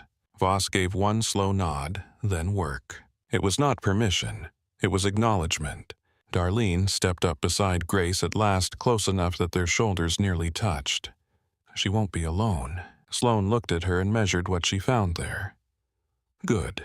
Julia came forward then, not all the way into the circle, but enough to be seen as part of it. Keller followed more slowly. The young doctor who had argued with everyone all day now had no argument left. Only the truth of where she was standing and who she had chosen to stand near. The silver-haired board member cleared his throat. "Miss Holloway." Grace turned her head. He seemed to realize how small that name sounded in a lobby full of uniforms and consequences. He started again. "Grace, the board will need to speak with you privately as soon as number." It was not rude, it was immediate. He stopped. "I have patience," she said. The board member nodded too fast. "Of course, later." Grace did not promise him later. She simply turned toward the ER doors with the box of supplies still in her arms. And then something subtle happened. Staff, who had spent the last day looking at her with pity or curiosity or fear, stepped aside without being asked. Not because of the generals, not even because of the rank that had been spoken aloud, because a shape had finally come into focus. They had mistaken quiet for absence. Now they understood it had been discipline all along. Amy, standing half-hidden behind the trauma desk window, lowered her eyes as Grace passed. Not from shame, exactly. From reverence she did not yet have a name for. Tyler Reed straightened without thinking. Ben Torres, still by the corridor junction, stood a little taller than he had that morning. Grace pushed through the ER doors. The instant they swung closed behind her, the emergency department swallowed the lobby whole. Fluorescent light, call bells, the smell of alcohol wipes and blood and hot plastic. A patient coughing behind a curtain, a respiratory therapist pushing a tank too fast around a corner. The world she understood far better than marble and stars. She set the supply box back on the cart where it belonged, adjusted one roll of tape until it sat straight, and stepped into the next room, because a patient there was asking for water and someone needed to explain why he could not have it yet. Darlene followed. For a few minutes after that, no one in the lobby was quite sure what to do with their hands. General Cross moved first, speaking quietly to the federal detail and re-establishing positions as if the space had become a temporary operations corridor. Sloan approached the board and instructed them in a tone free of ornament where they would remain available, who they would not contact, and what records would be preserved untouched. Voss spoke with Ward in low-clipped phrases near the front desk while Elise Morgan coordinated with hospital security, who suddenly looked relieved to be taking directions from someone whose authority did not depend on mood. Mara Ellis stood alone near the information desk until the silver-haired board member approached her. "Were you aware of any of this?" Mara gave a short, humorless breath. "I was aware the file was sealed. I was not aware the room could get this expensive." He looked toward the ER doors, where Grace had already disappeared back into work. "We let him do this." Mara's eyes flicked to him. "He did it. We let ourselves believe we could package it." He had no answer. Inside the department, the shift did not pause to absorb mythology. Luke Maddox's pressure dipped and then stabilized again. Trauma 2 needed fresh labs. A child with croup arrived barking panic into a paper mask. Julia found herself moving differently now, speaking shorter orders, paying closer attention to the intervals between Grace's words, because she had finally realized the silence inside them carried instruction. Keller crossed paths with Grace outside the monitored bay, where Luke lay recovering enough to be frightened by memory instead of fighting it. He said quietly 3 generals. Grace checked the dressing through the blanket edge. "Yes, I assume you are not going to explain." "Number." He looked at her profile, at the bruise, at the impossible ordinariness with which she was adjusting an IV after being saluted by Lieutenant General rank in the lobby. Then he said fair. That was all either of them needed from the exchange. Near the nurse's station, Amy was trying to process medication reconciliation while stealing glances toward Grace every time she passed. Finally, she blurted, "Should I call you something else?" Grace took the chart from her corrected 1-dosage transcription error and handed it back. "You should call me if this patient's pressure drops under 90. Amy flushed hard. "Right, yes." Grace moved on. Outside the department doors, the board had finally been shepherded into a glass conference room under the watch of one federal officer and a hospital administrator who looked as if he might resign before dessert. Through the transparent walls, their mouths moved too fast. Phones stayed face down on the table. No one trusted their own devices anymore. Mara was the one who said it first, voice tight and low. "We need a statement." The younger board member laughed, once a cracked sound with no amusement in it. A statement saying what exactly? The silver-haired man rubbed at his temple. "The truth." Mara looked at him. That would be a new direction. He let the barb pass because he had lost the appetite for vanity. "Then perhaps we try it." By the time evening fully settled outside, and the hospital lights took over from the sun, the first draft of their apology had already failed 3 times because every version still sounded like institution before injury. No sentence, they wrote, could survive the fact that the woman they had tried to strip of standing had been publicly recognized by the military before they had managed to see her clearly themselves, back in the ER. Grace finished adjusting Luke Maddox's lines and paused when he opened his eyes again. The sedation had softened the edges of his awareness, but not erased them. "You stayed," he murmured. Grace checked the monitor. "You noticed?" His lips moved in something close to a smile. "You always do." She did not answer. She did not need to. The room already contained enough history for one fragile body. A page sounded overhead for trauma consult. Darlene called for Julia from across the station. Keller was already halfway to triage. The floor pulled at everyone in the ways it always had. Grace looked once toward the closed ER doors, beyond which uniforms and consequences and rewritten futures waited in the lobby. Then she turned back toward the work in front of her. At the front desk, the volunteer who had watched the general salute the bruised nurse all those hours earlier finally found her voice enough to ask the young clerk, "Who is she?" The clerk shook her head slowly. I think the better question is why nobody here knew. The answer to that lived in too many places to fit inside a lobby, and all through the hospital, from conference room to trauma bay, to the silent stretch of corridor where Vincent Hale had been taken away, one fact settled into the walls more firmly than any press release ever could. Grace Holloway had never needed those stars on the general's shoulders to make her important. They had only revealed what the building had failed to recognize while she was already saving it. The emergency department did not stop to admire that revelation. Within minutes of the lobby clearing, the ordinary pressure of the floor closed over everything again. A toddler with a fever vomited across his mother's sleeve. A man with chest pain demanded to know why his pain medicine had not arrived yet. Respiratory rolled past with a tank and a clipped apology. A paramedic called in a diabetic emergency from Market Street. Somewhere behind Curtain 8, someone started praying under their breath. Grace moved through it all with the same quiet precision she had carried before any stars flashed under lobby lights. She checked a line, reset a monitor alarm, corrected a dosage time on a handoff sheet, and spoke to a frightened patient in the same tone she had used before. The whole building learned it had been standing too close to a secret. Darlene stayed close without hovering. It was not protectiveness exactly. It was the sort of presence people kept when they understood that something had shifted, but did not want the shift to become spectacle. Julia Bennett worked one bay over and kept finding reasons to glance toward Grace, not with gossip anymore, but with the concentration of someone trying to revise an old picture in real time.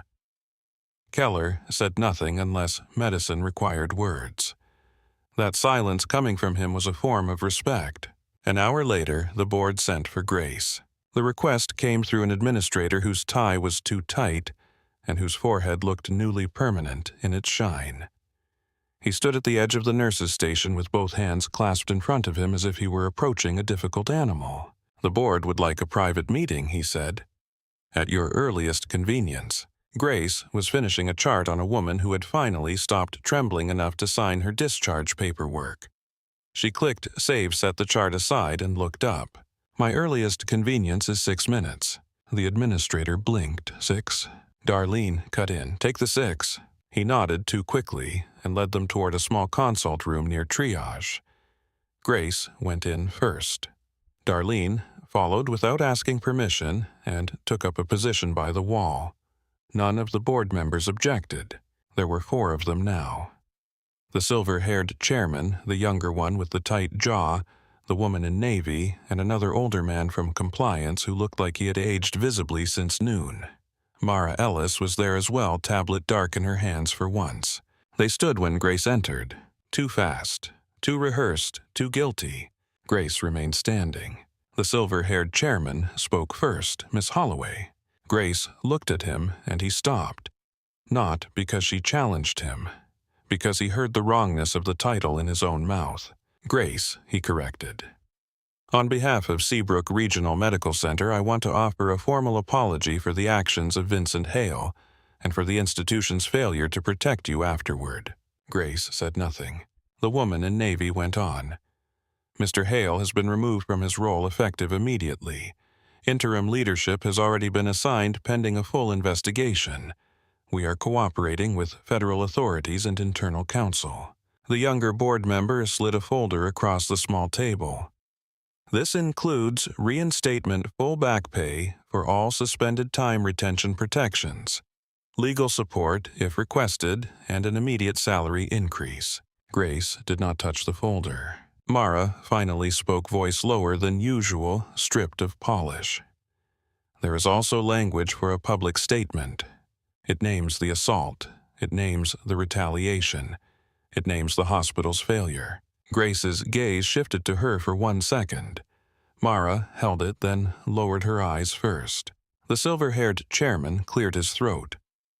We would also like to discuss a leadership role for you. Director of Emergency Nursing Operations, if that interests you. Or another title more appropriate to your experience. Darlene's eyes narrowed, not because the offer was insulting, but because she could already feel the board trying to solve shame with hierarchy. Grace looked at the folder, then at the faces around the room. then back at the folder. "I don't want a title." They were not prepared for that. The compliance officer blinked. The younger board member leaned forward. "Then, what do you want?" Grace answered as if she were asking for saline and suture material. "Training." The room held still. "Training under stress," she said. "Not annual slides, not policy videos.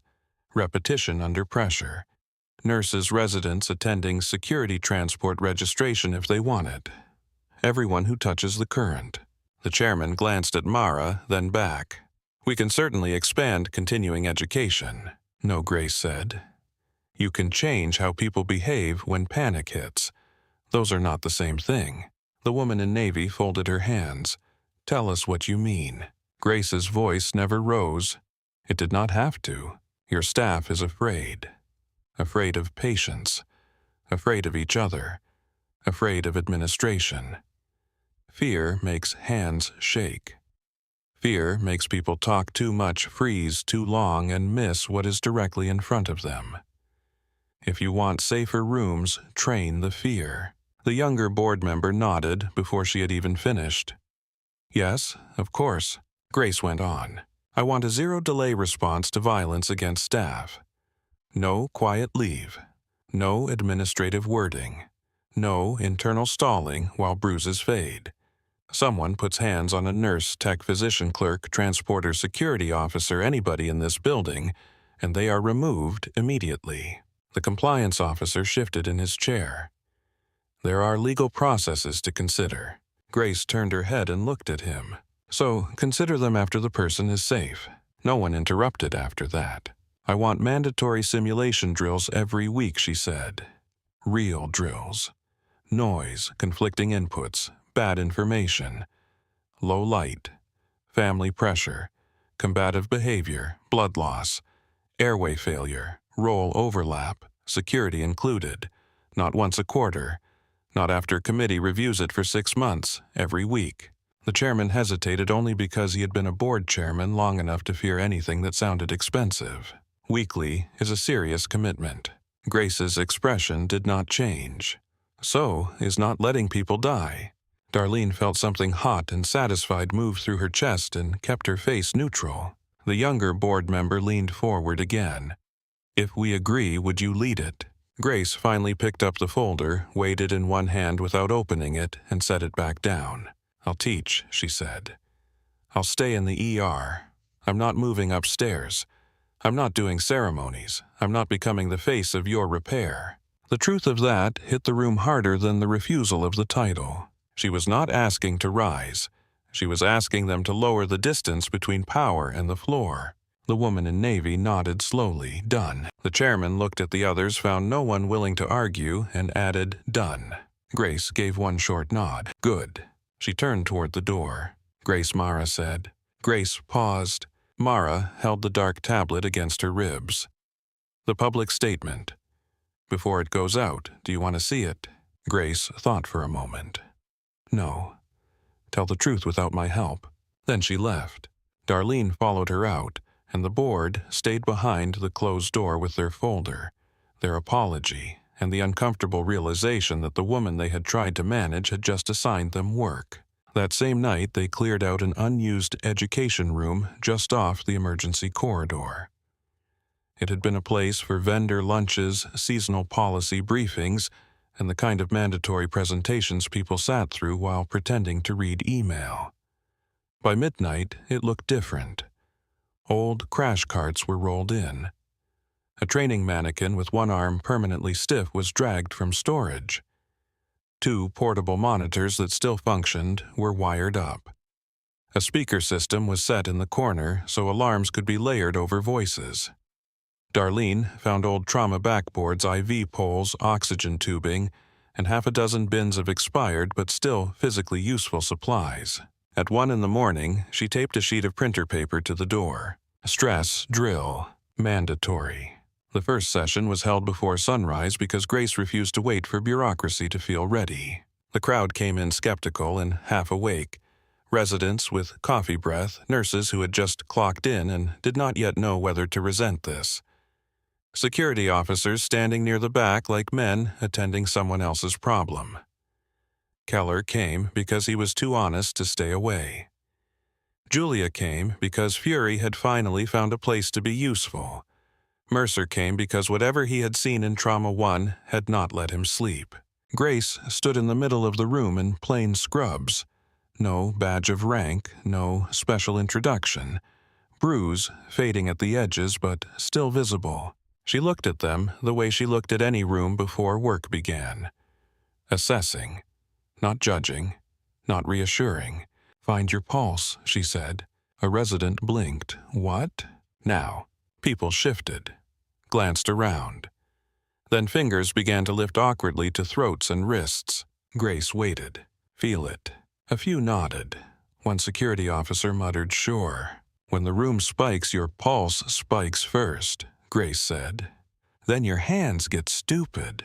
A nervous laugh came from somewhere near the back. Grace looked towards the sound, and it died on its own. Darlene reached over and hit the sound system. The room exploded with layered alarms. Monitor tones. A crying child. A family member shouting questions. A recorded voice calling out contradictory blood pressure values. Flashing light reflected off the whiteboard in irregular bursts. Half the room flinched. Grace did not raise her voice to beat the noise. She lowered it. "Feet on the floor," she said. Longer exhale. Again. People obeyed because the alternative was drowning in stimulation. Then she pointed to the mannequin on the stretcher. 30 seconds. First right action only. The residents surged first and immediately got in each other's way. One nurse reached for suction tubing before checking whether there was power. A security officer hovered uselessly at the side because no one had ever taught him where his hands belonged in a clinical crisis. Julia opened a medication drawer before anyone had named a problem. Tyler, drafted into the drill by Darlene with no avenue of escape, stood frozen with a blood pressure cuff in one hand. Grace moved through them, not doing the work for them, interrupting the wrong momentum. "You're solving 3 things at once. Stop. That's a number, not a diagnosis. Say the problem in 1 sentence. No one needs your panic voice." Again. The first session was ugly. That was the point. The second was cleaner. By the third, Mercer had stopped standing with his arms crossed and begun asking technical questions without trying to hide his humility behind sarcasm. He approached Grace after one session while she was rewinding monitor leads and said, "That junctional wrap you used on Maddox, I want it taught correctly." Grace handed him a roll of gauze. "Then start by holding pressure without talking." He did. From there, the drills spread through the department like something both unwelcome and necessary. Twice a week became 3 times because staff started requesting extra runs after bad shifts. Security officers began learning verbal containment instead of defaulting to posture. Amy stopped apologizing before every question. Tyler quit whispering when he thought he had made an error and started naming problems out loud before they grew teeth. Julia Bennett, who had spent the first day wanting to go to war for Grace in all the wrong directions, learned to shorten her orders, lower her volume, and watch a room before filling it with words. One evening, after a drill, she stood beside Grace at the sink, both of them washing off simulation gel and fake blood coloring, and said, "I thought outrage was enough." Grace dried her hands. Outrage burns fast. Julia nodded once. Control lasts longer. Grace did not answer. She did not need to. Julia had heard herself. Even Keller changed, though his change was quieter. He stopped letting residents talk over nurses and trauma. Stopped tolerating the lazy arrogance that had once passed for confidence on his floor. One afternoon, he cut off a second-year resident mid-sentence and said, "If Grace is speaking, you are behind. Catch up or move." The resident caught up. Word spread through the hospital in ways not even the board could fully shape. Not the details. Those stayed fractured and partly hidden as they were meant to. But the atmosphere changed. People no longer spoke of Grace as the quiet nurse who got slapped. They spoke of her as the nurse who stayed. The nurse who kept working when leaving would have been easier. The nurse who could calm a combative patient pack a wound most of them had never seen outside a training module, and turn a room full of sharp egos into a functioning unit under stress. One morning, a little boy with a casted forearm looked up at Grace while she checked the wrap and asked, "Did someone hit you?" The bruise had yellowed by then, almost gone. Grace tied off the last bit of bandage and met his eyes. "I got hurt." "Did it hurt a lot?" She smoothed the edge of the dressing with one finger, not as much as being scared. The boy considered that carefully, then nodded as if she had given him something useful. Late one afternoon, about a week after the lobby, the mail cart rolled into the emergency corridor carrying lab envelopes, vendor invoices, and one small parcel wrapped in plain brown paper that did not belong among the rest. The clerk looked at the label, then at the station. Grace Holloway, signature required. Darlene reached for it first and stopped herself before touching it. The parcel was not large, but it looked dense in the hand tightly wrapped, sealed with a mark that made the clerk straighten unconsciously. Grace came over, wiped her hands on a towel, signed the clipboard, and took the package. "Do you want me with you?" Darlene asked. Grace looked at the parcel, then at Darlene. Yes. They took it into the same small consult room, where the board had once tried to repair themselves with paperwork. The room hummed softly under one fluorescent panel. Outside, the department moved on without waiting. Grace set the package on the table and peeled back the paper with careful fingers. Inside was a smaller box wrapped in dark blue tissue. The tissue opened with a quiet crackle. Resting on silk lay a patch, not the old one from the wooden box with its burned edge and faded thread. A new one, clean stitching, deep red wing spread precise against black backing. Beneath it, a folded letter on heavy paper embossed with a seal she did not need to see clearly to recognize. Darlene did not speak. She watched Grace lift the letter and unfold it. Grace's eyes moved across the page once, then again, more slowly. Her face changed so little most people would have missed it. A tiny movement at the throat, a longer pause at the end of one line. Finally, Darlene asked, "What does it say?" Grace folded the letter along its original crease with exact care. "That they acknowledge the life I chose. That's all." Grace rested her fingers lightly on the new patch. "That I remain under protection, whether I ask to be seen or not. That service changes shape. It doesn't always end." Darlene absorbed that in silence. "Do they want you back?" Grace looked at the patch, then passed it to the thin strip of hallway light under the door. "They want me safe." Darlene gave one short nod. "Good. Then they finally want the right thing." Grace closed the box. She did not pin the patch to her scrubs. She did not show it around the station.